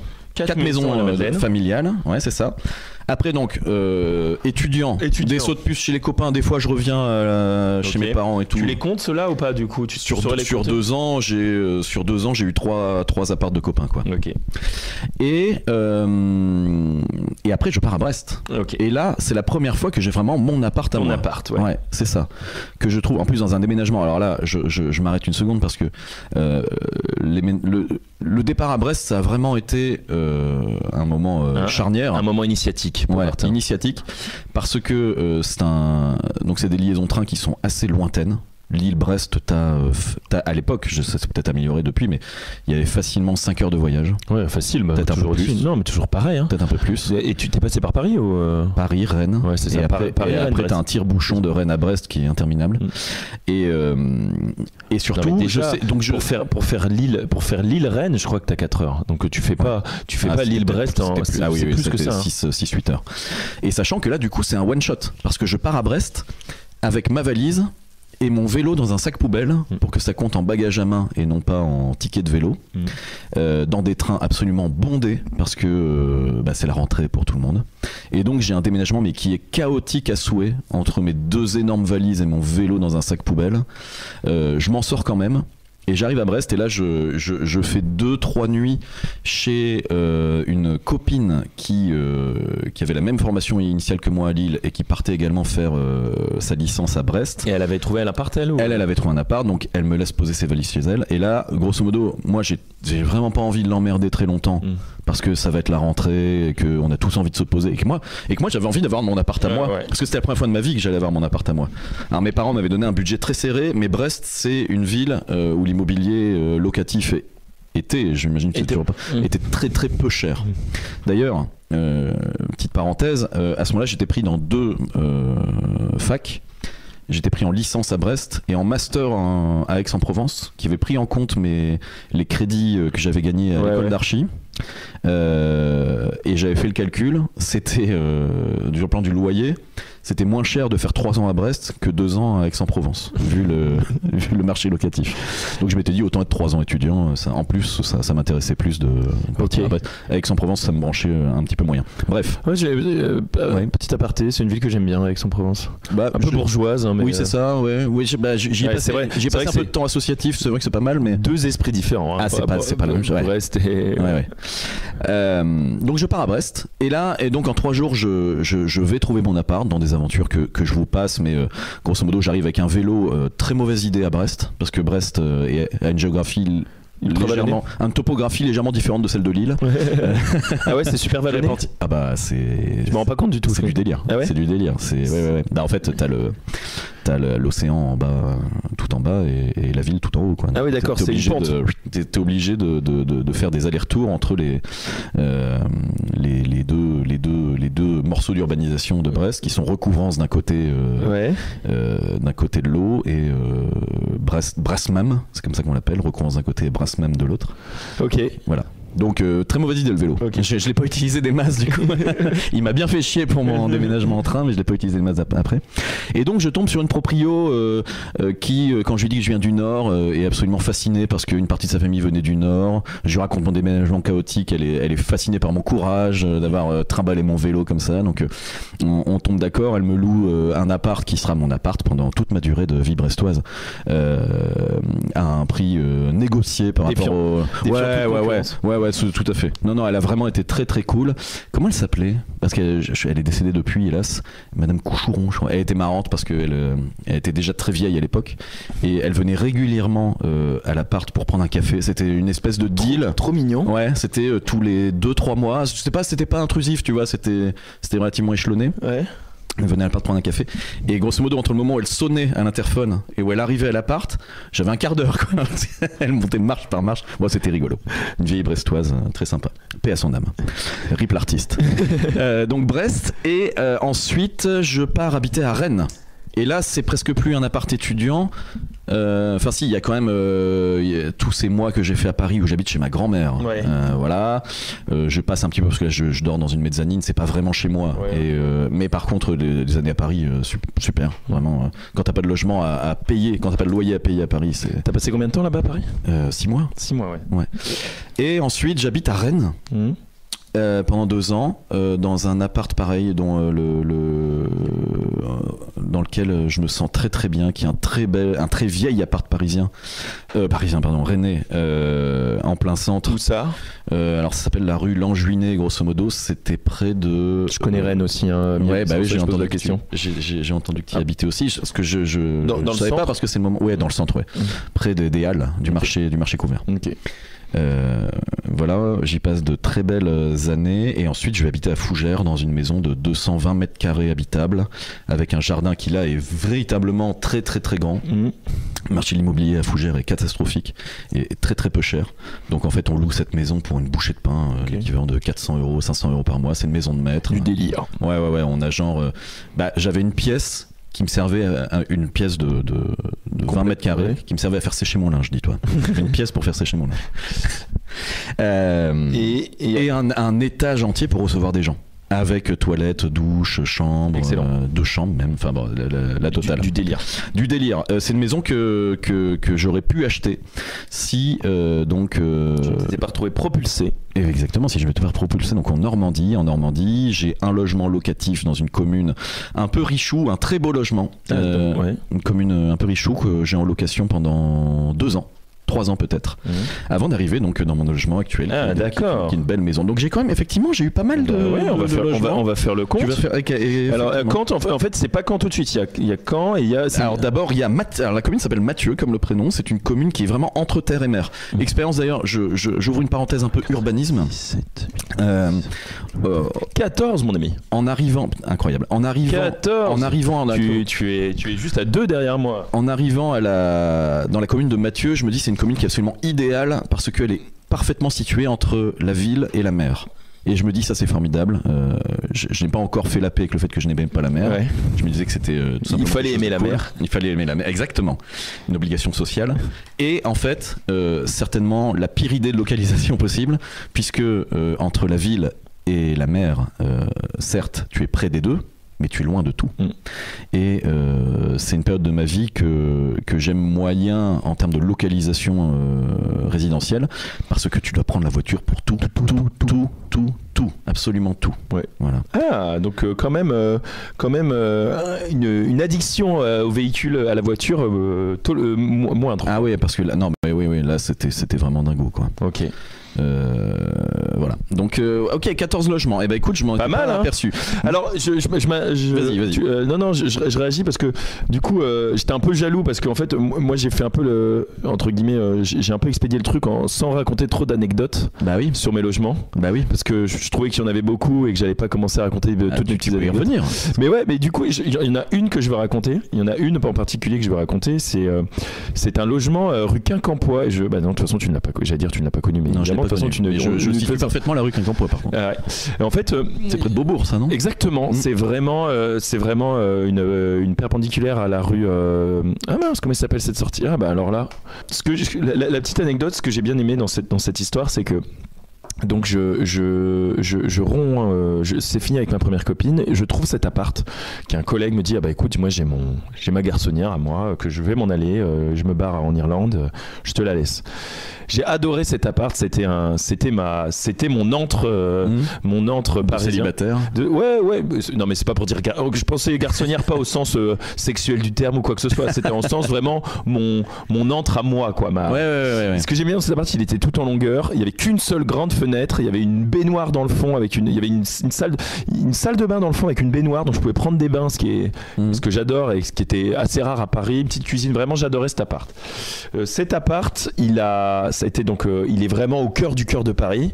Donc pour toutes les teufs, les machins, souvent on faisait apéro chez moi avant de bouger. Enfin c'était un peu le point de rendez-vous aussi quoi. Je me mets en couple avec la deuxième personne avec qui je suis resté longtemps.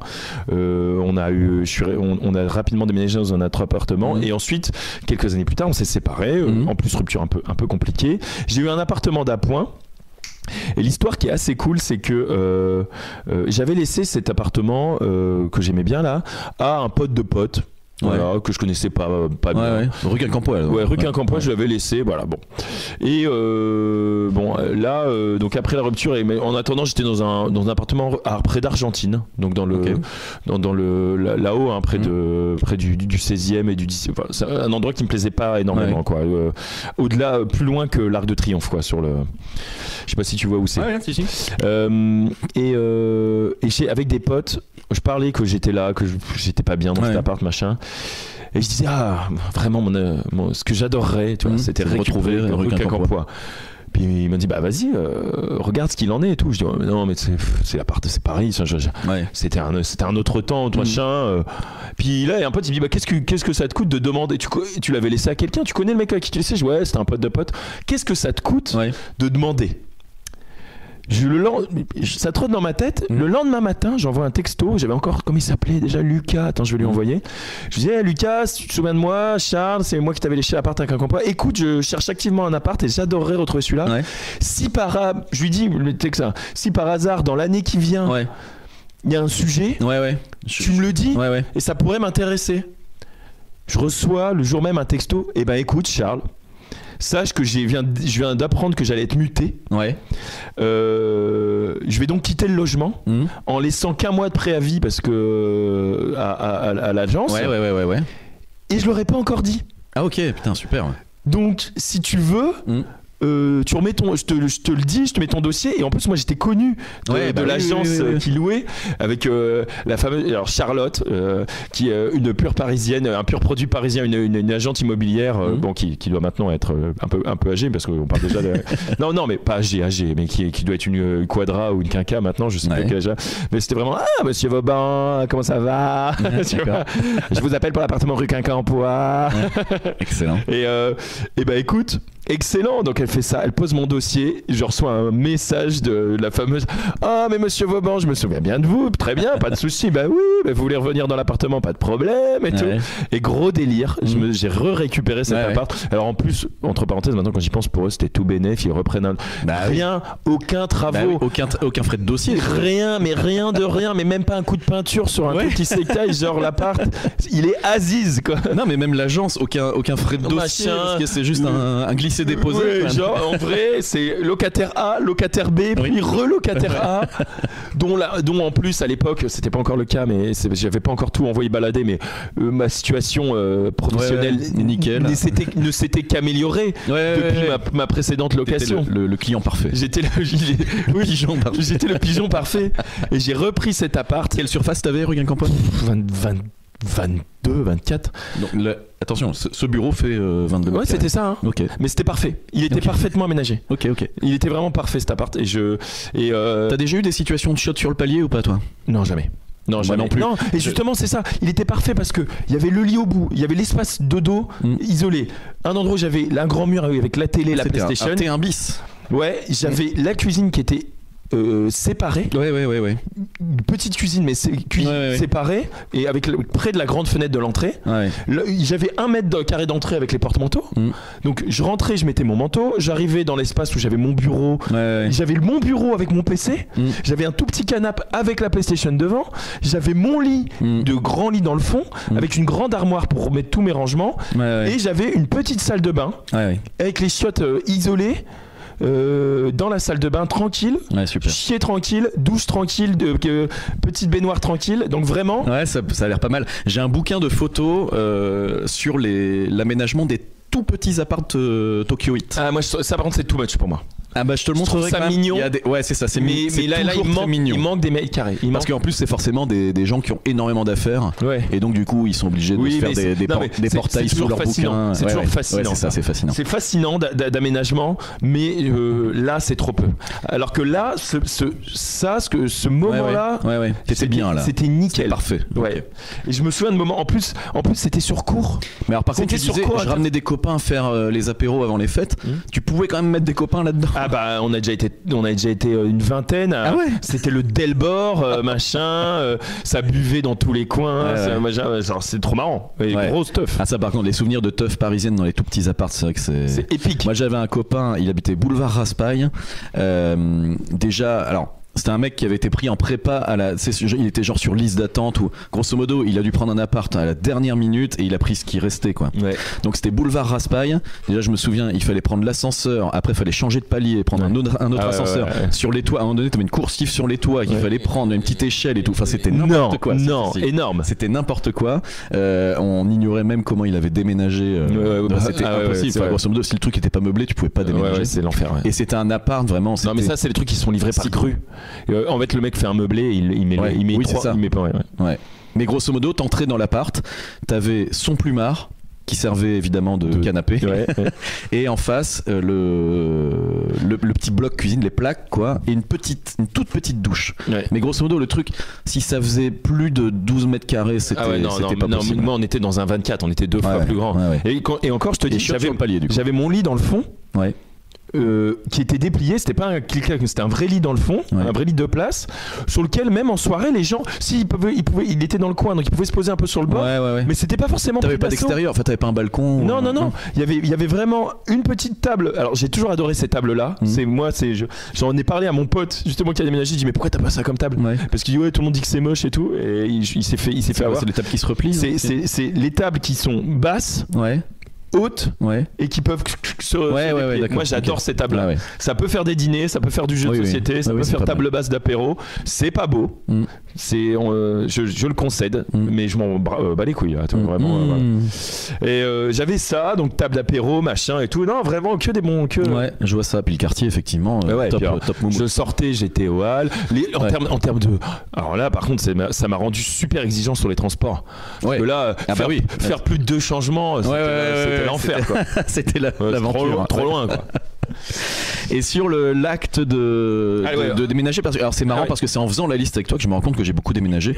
Je pensais que j'avais beaucoup moins déménagé. Mais est-ce que tu as déménagé avec des meubles, avec du matos? Oui, à partir de Brest peut-être, ou à partir de... En fait, moi, mon expérience étudiante, c'est alors quand j'étais en coloc avec des copains, j'avais jamais d'ailleurs j'étais en coloc avec la dernière coloc que j'ai eue, c'était avec un copain que je m'étais fait en école d'archi, donc on avait pas mal d'activités artistiques. Alors c'était incroyable, c'était un appart assez incroyable dans le plein centre de Lille, qui appartenait à son père, et il y avait de la pierre apparente à l'intérieur. C'était un appart très atypique, énorme mezzanine en haut avec nos pioles et puis les tables d'archi partout. Trop bien quoi.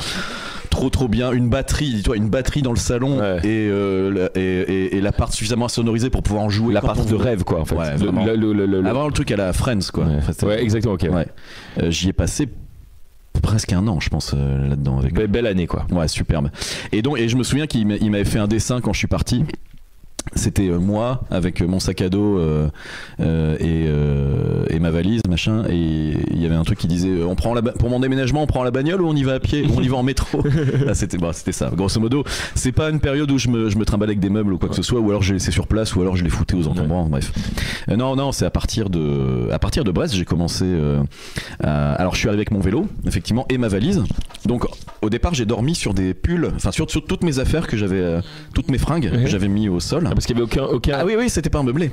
Donc j'avais même pas une casserole. Enfin, j'avais dû embarquer une casserole. Oui, c'est pas là où je me souviens que t'avais chiné de la vaisselle. Si, tout à fait. Je suis allé au Emmaüs du coin. Et ça c'était ton introduction un peu encore plus. Je me suis fait. En fait, je suis allé au Emmaüs. Alors moi, j'avais les habitudes d'Emmaüs qui étaient cool.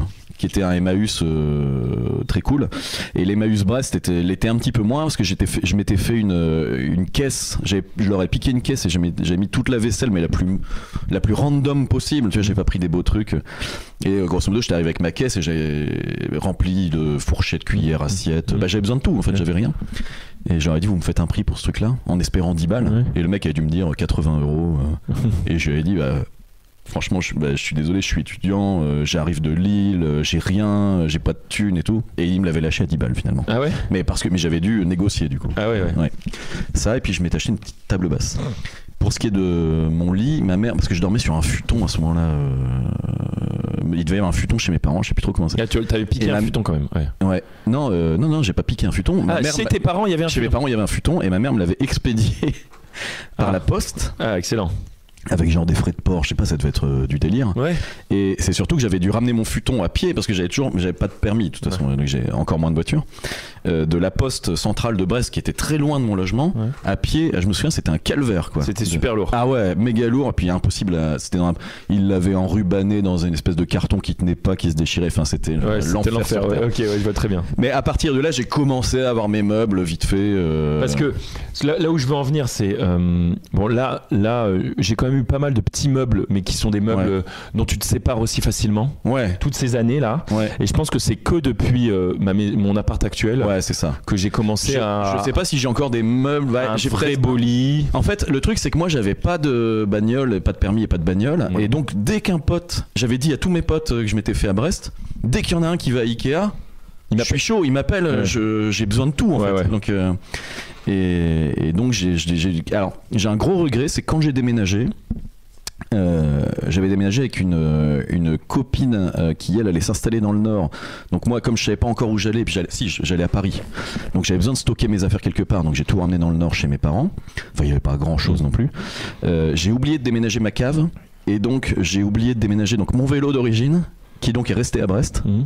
Et j'avais une petite table, tu sais les tables Ikea, les tables basses, les carrés là, les trucs qui coûtent 10 balles, et j'avais fait dessiner tous mes potes de Brest dessus au marqueur. On l'avait décoré, c'était une table blanche et on l'avait tous décoré. J'avais donné un pied chacun, et puis on avait fait le plateau, et c'est pareil, j'ai oublié de la déménager, donc c'est un gros regret, c'est resté à Brest. Mais voilà. Ouais, moi aussi j'ai aussi des dans un logement où j'ai aussi oublié des trucs dont je suis un peu triste de les avoir mais juste des objets. Du matériel.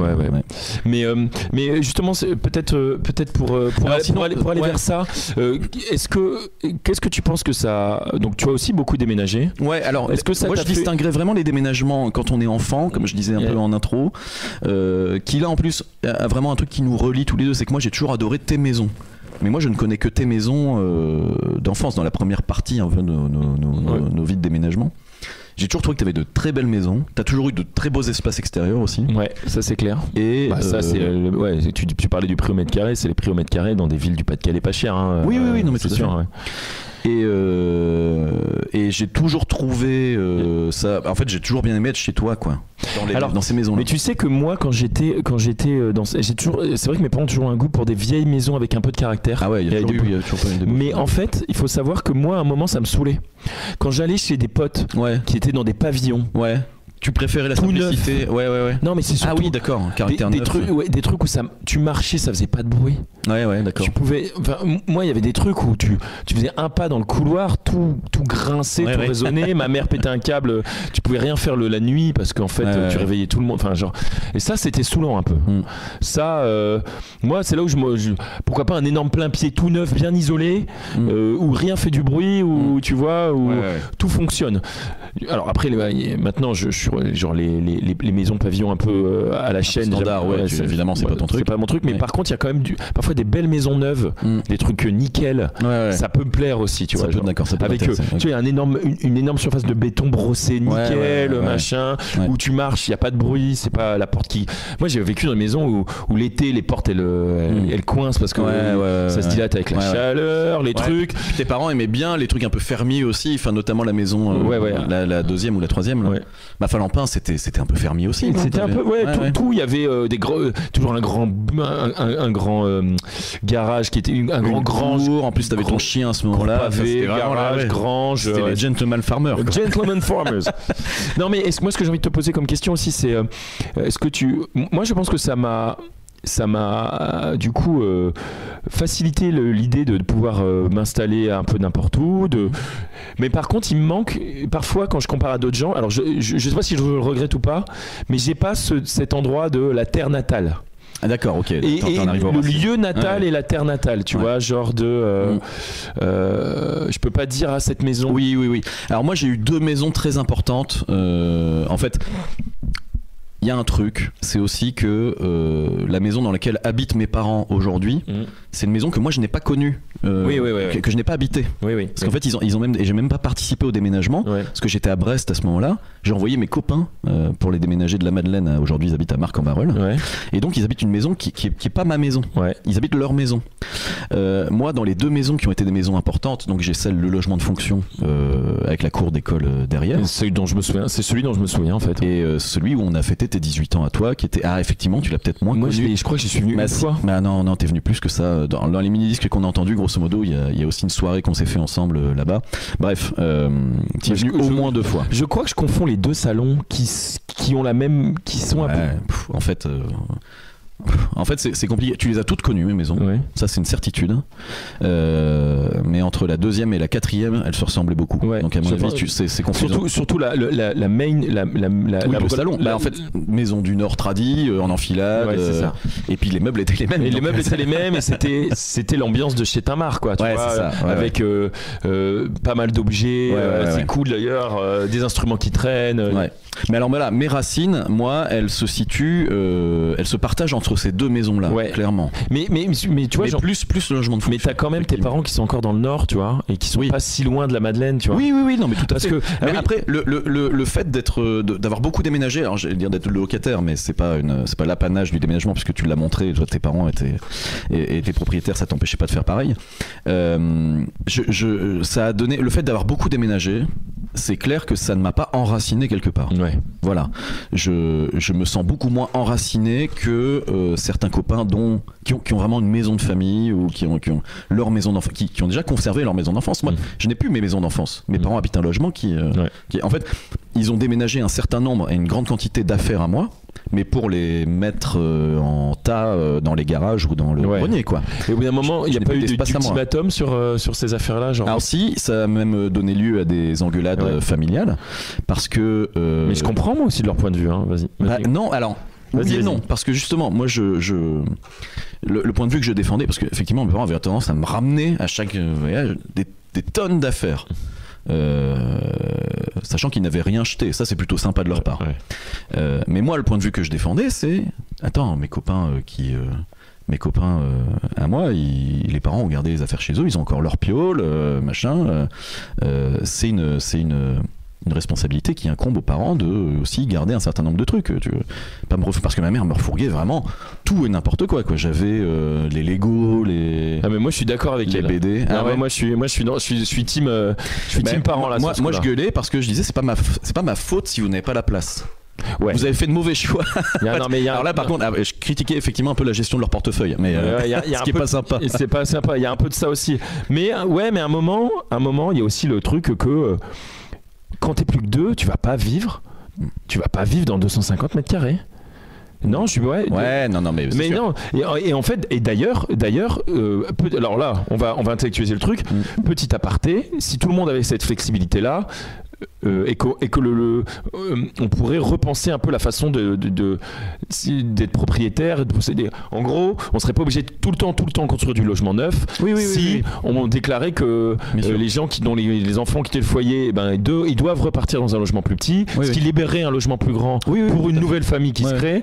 Mais non, parce qu'il y a la propriété, c'est ma maison, c'est là où mes enfants ils ont grandi. Voilà. Ce qui se passe dans des univers beaucoup plus contraints, comme tu vois, au Japon par exemple, où il y a beaucoup plus de cohabitation entre anciens et oui. En fait, le truc dans tout ça, c'est que ce que la raison ne va pas nous laisser. La raison rationnelle, mais je comprends qu'il y a des choses, mais je comprends complètement qu'il y a des choses émotionnelles par rapport au fait d'avoir eu des anciennes maisons, tout ça. Sûr, mais la raison voudrait nous dire, non. Quand t'es plus que 2 dans une maison où vous viviez à 5 ou 6, il faut voir 2 fois plus petit, quoi. Et ce que la raison ne va pas nous faire, la réalité, soit des loyers, soit même des impôts locaux, parfois, nous le fait faire, quoi. Tout à fait. Bon, donc c'est l'argent qui va recentrer ça. Mais bon, petit aparté. Mais pour en finir sur les affaires, c'est vrai que là où je dois faire amende honorable, c'est que peut-être que le point de vue de ma mère, c'était si ça doit être jeté, je préfère que ce soit jeté par toi que par moi. Bon, ça, ce qui est plutôt, c'est plutôt sympa. C'est ça, c'est parce que déjà elle a fait l'effort, mais moi, ma mère a fait pareil. Elle a pas jeté, mais à un moment elle m'a dit, ou alors des fois elle m'a dit. Par contre, des fois elle me voyait jeter, elle disait t'es sûr, c'est dommage. Elle disait non, il faut bien que je jette des trucs aussi. Tu sais, genre mes cahiers j'ai jeté toutes mes affaires d'école, mes cahiers d'études, rien du tout. Bah non, je les rouvrirai jamais. Je les rouvrirai jamais. Les ai-je seulement ouverts déjà. Ah non, et petite anecdote à ce sujet. Quand j'ai fini ma prépa, donc moi j'ai fait 2 ans de truc. Quand j'ai fini ma prépa, j'étais à Centrale, dans les locaux de Centrale, parce que dans les logements des étudiants de Centrale, parce qu'ils accueillaient des mecs qui passaient les concours. Dernier jour. Et j'étais venu 3 semaines à Paris en allant de logement en logement d'ailleurs pour faire les oraux. Dernier jour, je m'étais trimballé comme beaucoup avec énormément de cours pour finir de réviser certains trucs. Puis c'est beaucoup, c'est des cahiers, c'est des classeurs et des classeurs et des classeurs. Hein. Dernier jour, il y avait des barbecues dans le truc de Centrale. Non, personne l'a fait. Moi, je me suis fait un grand plaisir. Je me suis fait des steaks de cours, tu vois. C'était 100 pages, l'une sur les autres, écrit à la main, que ça avait gratté, tout machin. Allez hop, excellent. Le calcul matriciel, bim, allez, c'est fini. Ok. Et parce que je savais que de toute façon en école on me redonnerait les polis. C'est ça, non mais c'est ça. Et surtout moi j'avais pas ce truc de faut que je garde mes cours de prépa machin et tout. Déjà une fois ou deux, moi je me suis dit putain c'est con, j'avais dû le noter quelque part ce truc là. Mais l'aurais-je cherché et l'aurais-je retrouvé. Et puis il y avait l'internet maintenant. Oui, non mais oui. Il y a ça aussi, c'est que et encore là quand je te raconte ça, on est en 2007. On n'est pas encore sur. On a beaucoup d'internet, on a du Wikipédia, mais on n'est pas encore sur. Maintenant, tu te dis, mais j'ai pas besoin de garder le papier. Non, bien sûr. Soit il est numérisé, soit j'en fais autre chose. Maintenant, je pense que les étudiants, ils sont tous déjà en PC. Et donc déjà des Word. Et donc là, il était hors de question que je re-rentre chez moi avec cet énorme sac, énorme valise où il y avait tous mes classeurs dedans.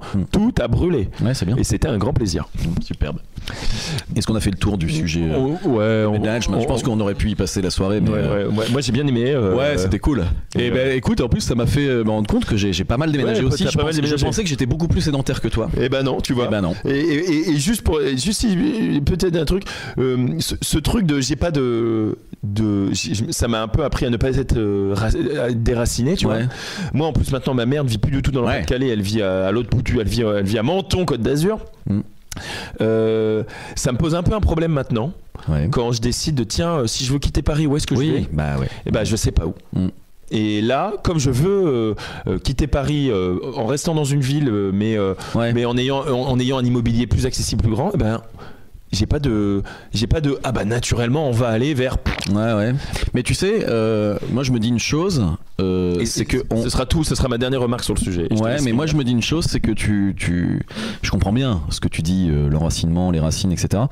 Je pense que le calcul va être à peu près le même pour toi que pour moi. Ça va bientôt faire, je vais bientôt passer la moitié de ma vie, plus de temps en dehors du Nord que dans le Nord. Ah oui, mais moi je suis plus parisien que toute autre chose dans ma vie, ça c'est clair. Hein. Voilà. Donc en fait, est-ce que tes racines, elles sont pas finalement là où tu t'as rencontré ton épouse, t'as fait tes enfants c'est ça. Et le problème c'est que ah oui, mais merci. Ouais. Et le problème c'est que si je décide d'enlever ces racines-là, qu'est-ce qui me reste? Oui, bah ouais. Allez, on passe à la suite. Allez, hop.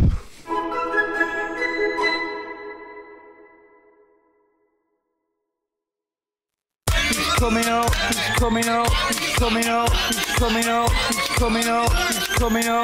It's there.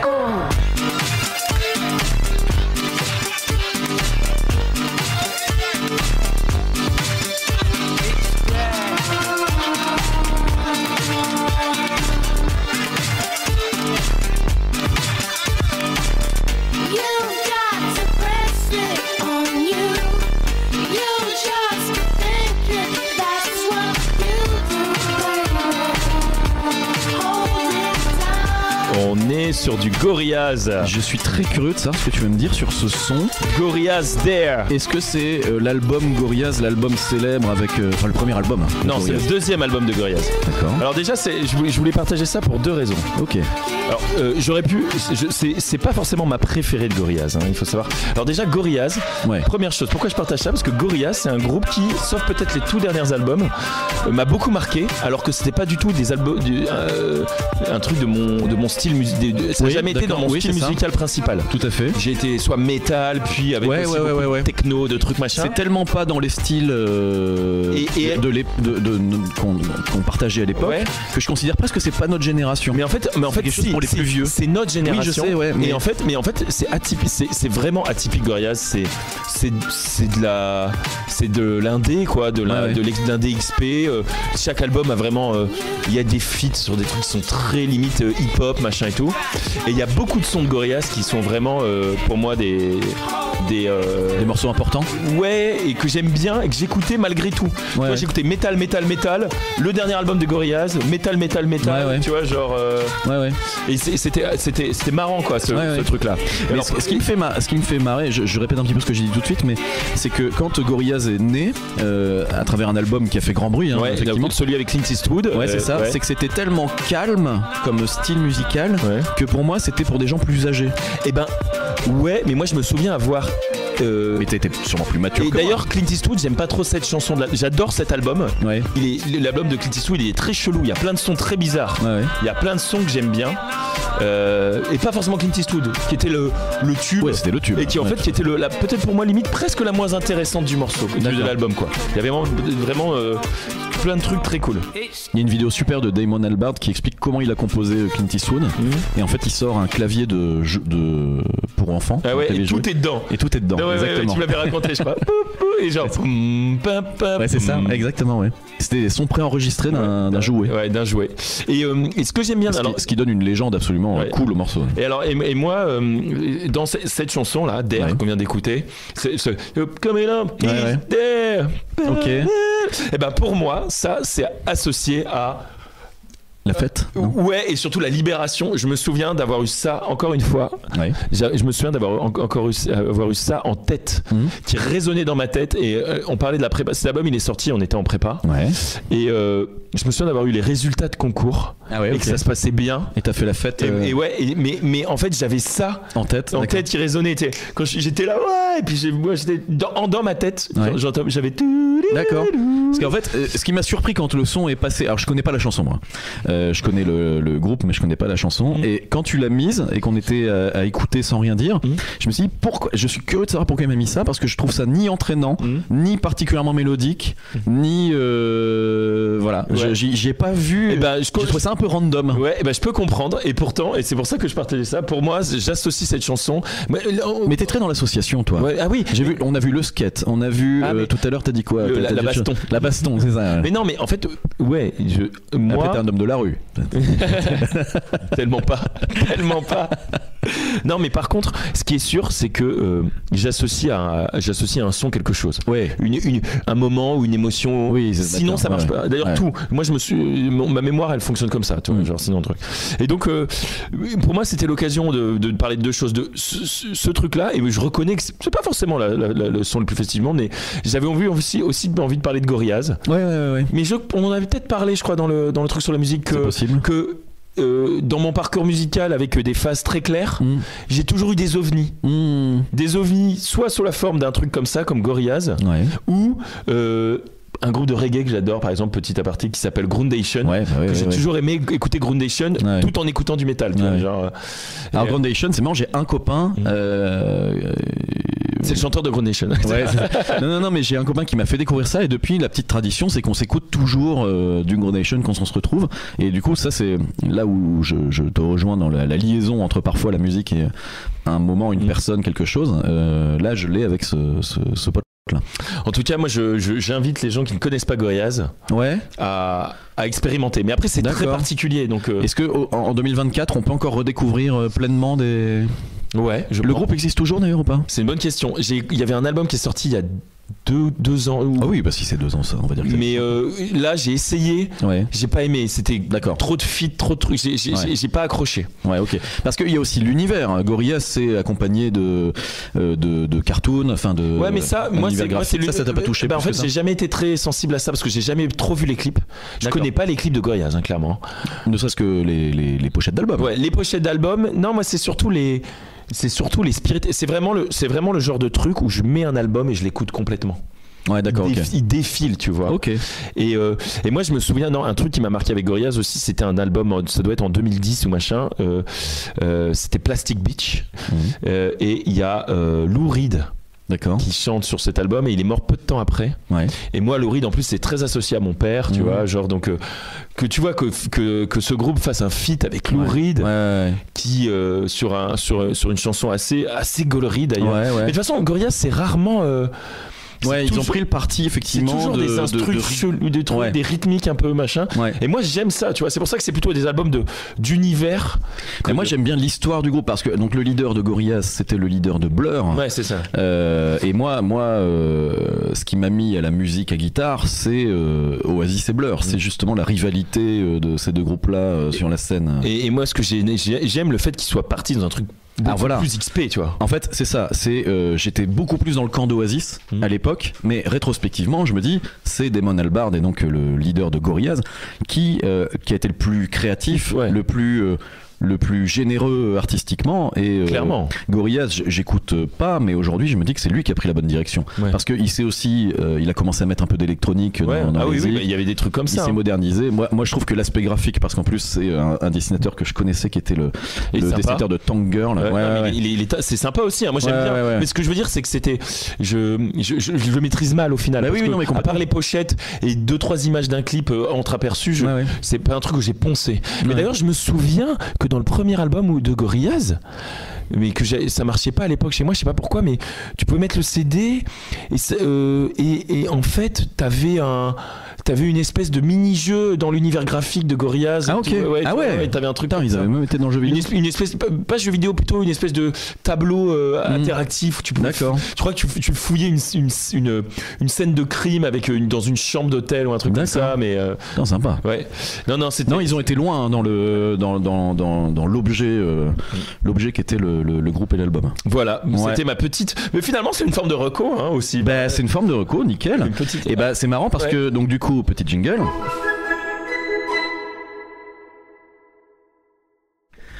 Et du coup c'est marrant parce que sur le tableau ah non, on n'a pas marqué reco, donc ça si, Way of Life. On a mis alors justement c'est plus un Way of Life qu'une reco. C'est un sujet que je pense que tu as déjà expérimenté, certainement plus que moi d'ailleurs, mais J'ai une petite habitude avec mon cousin Félix. Je sais pas s'il écoute le podcast. Si oui, il se reconnaîtra évidemment. Quand on a l'habitude de s'organiser une semaine de cousins aux abords de l'été. Il vient, on chill et on passe du temps qui est pas vidéoludique, qui est justement depuis quelques années maintenant fondé sur regarder des speedruns. Est-ce que tu es familier de ce... Je connais évidemment. Ouais. Je suis pas le plus gros Yankee. Ouais. Mais je peux aimer voir un speed. Quand j'ai terminé un jeu que j'ai bien aimé, je peux aimer le voir speedrunner. Ouais, d'accord. Pour me faire chier au visage par un mec. Il y a effectivement des jeux qui se speedrun mieux que d'autres. Ouais. Mais tout se speedrun dans l'absolu. Ouais. Mais alors, quand un speedrun dure 5 heures. Exactement. Alors, justement, là, mon cousin m'a envoyé il y a pas longtemps une info comme quoi des mecs avaient speedrunné la totalité des Final Fantasy existants sur du coup 3 jours avec un relais. Enfin, ils se mettent des règles. Voilà. Alors, qu'est-ce que c'est qu'un speedrun pour expliquer ça à l'auditoris profane? C'est tout simplement de faire un jeu vidéo de A à Z le plus vite possible. On n'en avait pas déjà un peu parlé dans certains épisodes de ce jeu vidéo? Ah, c'est possible. Ouais. C'est possible. Ouais. Et donc il y a deux choses. Il y a le fait que ce soit une pratique mondiale et que tu aies des gens qui deviennent absolument fous de ça, qui consacrent des fois une partie de leur vie à un record du monde. Ça peut être super bien, ça peut être super intéressant. Il y a des vidéos qui expliquent comment. Oui, c'est ça. Ouais. C'est super intéressant. En fait, c'était la porte d'entrée de ça, effectivement. C'était les 4 plus grands speedruns de l'époque où tu vois des gens qui quittaient leur travail. Enfin, c'est un. Ah ouais. En tout cas, il y a des gens qui y passent un temps incroyable. Ah oui. Alors, petite explication. Le but, c'est de lancer un jeu et de voir l'écran de fin le plus vite possible. C'est ça. Sans alors il peut y avoir. Alors il y a des différentes catégories. Glitchless, machin et tout. C'est ça, exactement. Mais la catégorie que je préfère, moi, c'est Any%. Tout à fait. C'est-à-dire que là, tous les moyens sont bons. C'est-à-dire qu'il y a certains jeux dont le but c'est d'exploiter ce qu'on appelle un glitch, un bug, une erreur, qui fait que tu arrives au début du jeu, mais en fait, si tu parles 8 fois au mec puis que tu fais une roulade arrière, c'est ça, exactement. Tu crées un bug dans la matrice qui fait que tu passes à travers 2 murs. Et là, tu te retrouves dans même pas affronter le boss final parce que t'es trop faible pour avoir ça final. Tu te retrouves dans la salle derrière le boss final. En fait, tu fais bugger le jeu. C'est ça. Il y en a un qui est assez connu de Pokémon 1, Pokémon Rouge sur Game Boy, où grosso modo, le mec fait bugger le jeu de façon à rentrer dans le code et avoir la liste entière de tous les objets pour sélectionner le dernier objet, se créer un Pokémon très fort et faire les ennemis dans l'ordre inverse du jeu. Enfin, gros, c'est du délire. Là, c'est presque plus du jeu vidéo, c'est de l'informatique. Oui, en fait. Là, mais ce qui est intéressant, c'est que les mecs, je crois que un des speedruns les plus connus, alors il y en a un sur Mario. Mario 64. Qui en fait, Mario 64, pour aller plus vite, il monte les escaliers avec ses fesses. Alors, je conseille, il y a un mec qui fait des vidéos qui reprend humoristiquement des speedruns. Je te l'ai pas montré celui sur Zelda Breath of the Wild? Je crois pas. Ah, mais c'est à mourir de rire, quoi. Genre. Mais alors, sur Breath of the Wild, pareil, l'idée, en fait, c'est ça où moi ça m'intéresse beaucoup, c'est que Breath of the Wild, il y a eu un record qui a été établi, qui a été imbattu pendant des années. Sauf qu'en fait, on peut accéder au dernier monde, sauf qu'il y a une espèce de paroi infranchissable qui protège avant de faire l'ensemble des quêtes qui protège l'accès au dernier donjon. Et donc il y a un mec, mais il a mis des années à le trouver, tu m'entends, à trouver le pixel où ça passait exactement, la fenêtre de tir avec une chance sur 1 million pour que ça marche. Et là il a explosé le record et à partir de là ça a ouvert une nouvelle une nouvelle porte quoi au speedrun. Et donc c'est marrant parce que du coup c'est une communauté, donc forcément l'hygiène doit être déplorable dans toujours dans le cliché. Non, en plus le cliché du matin. T'as une communauté qui se réunit annuellement autour du Speedon et de Mister MV, je crois pas me tromper. Là, moi je connais c'est là où je te dis que je maîtrise moins. Moi j'ai bien suivi quelques speedruns de certains jeux. Donc le Speedon, c'est un événement de speedrunning organisé actuellement par. Mais parce que ces records sont pas battus en événement. Non, tout à fait. Là c'est juste c'est des trucs permanents. Ça c'est juste, mais j'en parle parce que c'est quelque chose qui met en lumière. Alors déjà l'événement, ça sert à collecter des dons pour des causes. Speedon, avec les dons. Et par ailleurs, Mister MV réussit à faire venir des mecs qui sont généralement des légendes, des gens dont c'est souvent le travail, l'activité principale. Je me souviens d'un mec, il avait eu du mal, il voulait le faire venir au moment du Covid, c'est pas possible, etc. Parce que le mec habite au Japon et a des sponsors là-bas qui le parrainent pour s'entraîner à ce jeu. Et je sais plus lequel jeu c'est, mais voilà. Ouais, ça doit pas payer non plus des masses. Hein. Non, sûrement pas. Et puis surtout de niche. Hein. Si vous êtes en pleine crise d'orientation, ne choisissez pas cette voie, ça me paraît compliqué. Déjà l'e-sport en tant que tel. Oui. Maintenant l'e-sport paye à très haut niveau, mais c'est compétitif. Mais alors le speedrun, on est sur autre chose. Mais voilà, c'est une communauté qui est tellement absurde. En fait, moi, voilà, ce qui m'intéresse et ce qui me fascine là-dedans, c'est le caractère absurde de ces défis, parce que ça va toujours plus loin. Les mecs entraînent parfois des machines qui elles-mêmes vont trouver les pixels cachés. Voilà.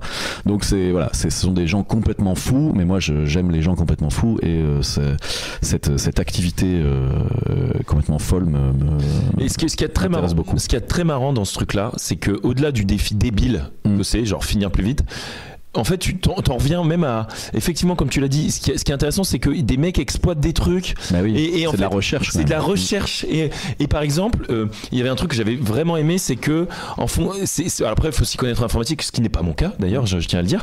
Mais par exemple, les mecs avaient compris qu'en fait, en longeant un mur dans Doom, par exemple, à cause du fait que tu es en contact avec le mur et le sol, ta vitesse relative augmente légèrement. Ouais. Et donc, tu développes des façons de se déplacer. Ouais, c'est ça. Tout à fait. Où tu longes le mur, et ça te fait aller plus vite, jusqu'à même pouvoir te projeter au-dessus d'un gouffre que normalement tu n'aurais pas pu traverser. La plupart du temps, de toute façon, dans tous les jeux, les mecs se déplacent d'une façon bizarre, mais en fait c'est tout à fait étudié parce que c'est comme ça qu'ils vont gagner les dixièmes de seconde nécessaires. C'est incroyable de voir ça, quoi. Et de voir en fait que des mecs ont réussi à comprendre que le jeu fonctionnait comme ça, et qu'on pouvait exploiter ce truc-là pour quelque chose. Et donc c'est marrant. Alors il y a des vulgarisateurs qui peuvent faire des vidéos assez passionnantes sur certains speedruns.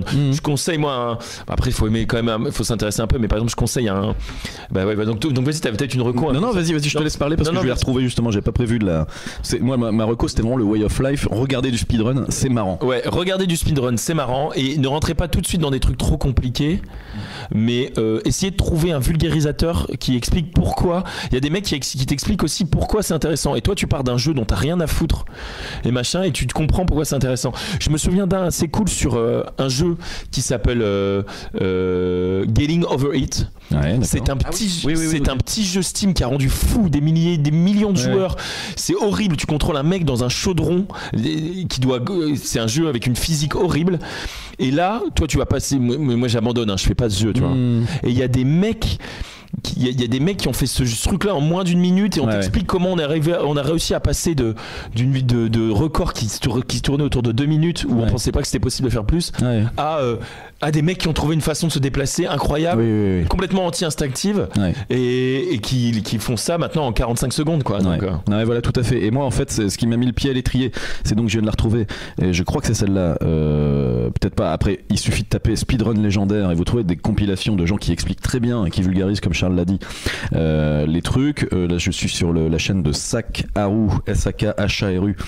C'est peut-être lui parce que je vois qu'il traite notamment GoldenEye 64, qui est un speedrun absolument légendaire, et qui est le premier, je crois, qui a été assisté par une intelligence artificielle qui a trouvé une fenêtre de tir qui était possible sur un coup, sur 1 million, mais qui a permis à des mecs de battre des records fous.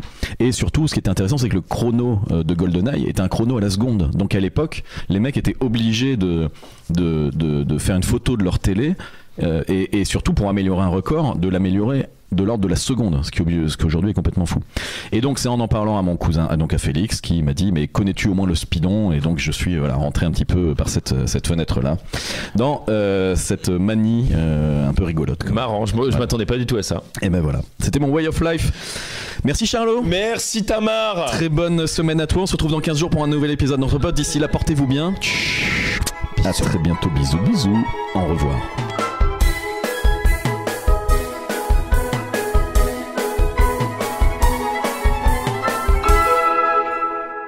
Alors ça, c'est du bon Minervois.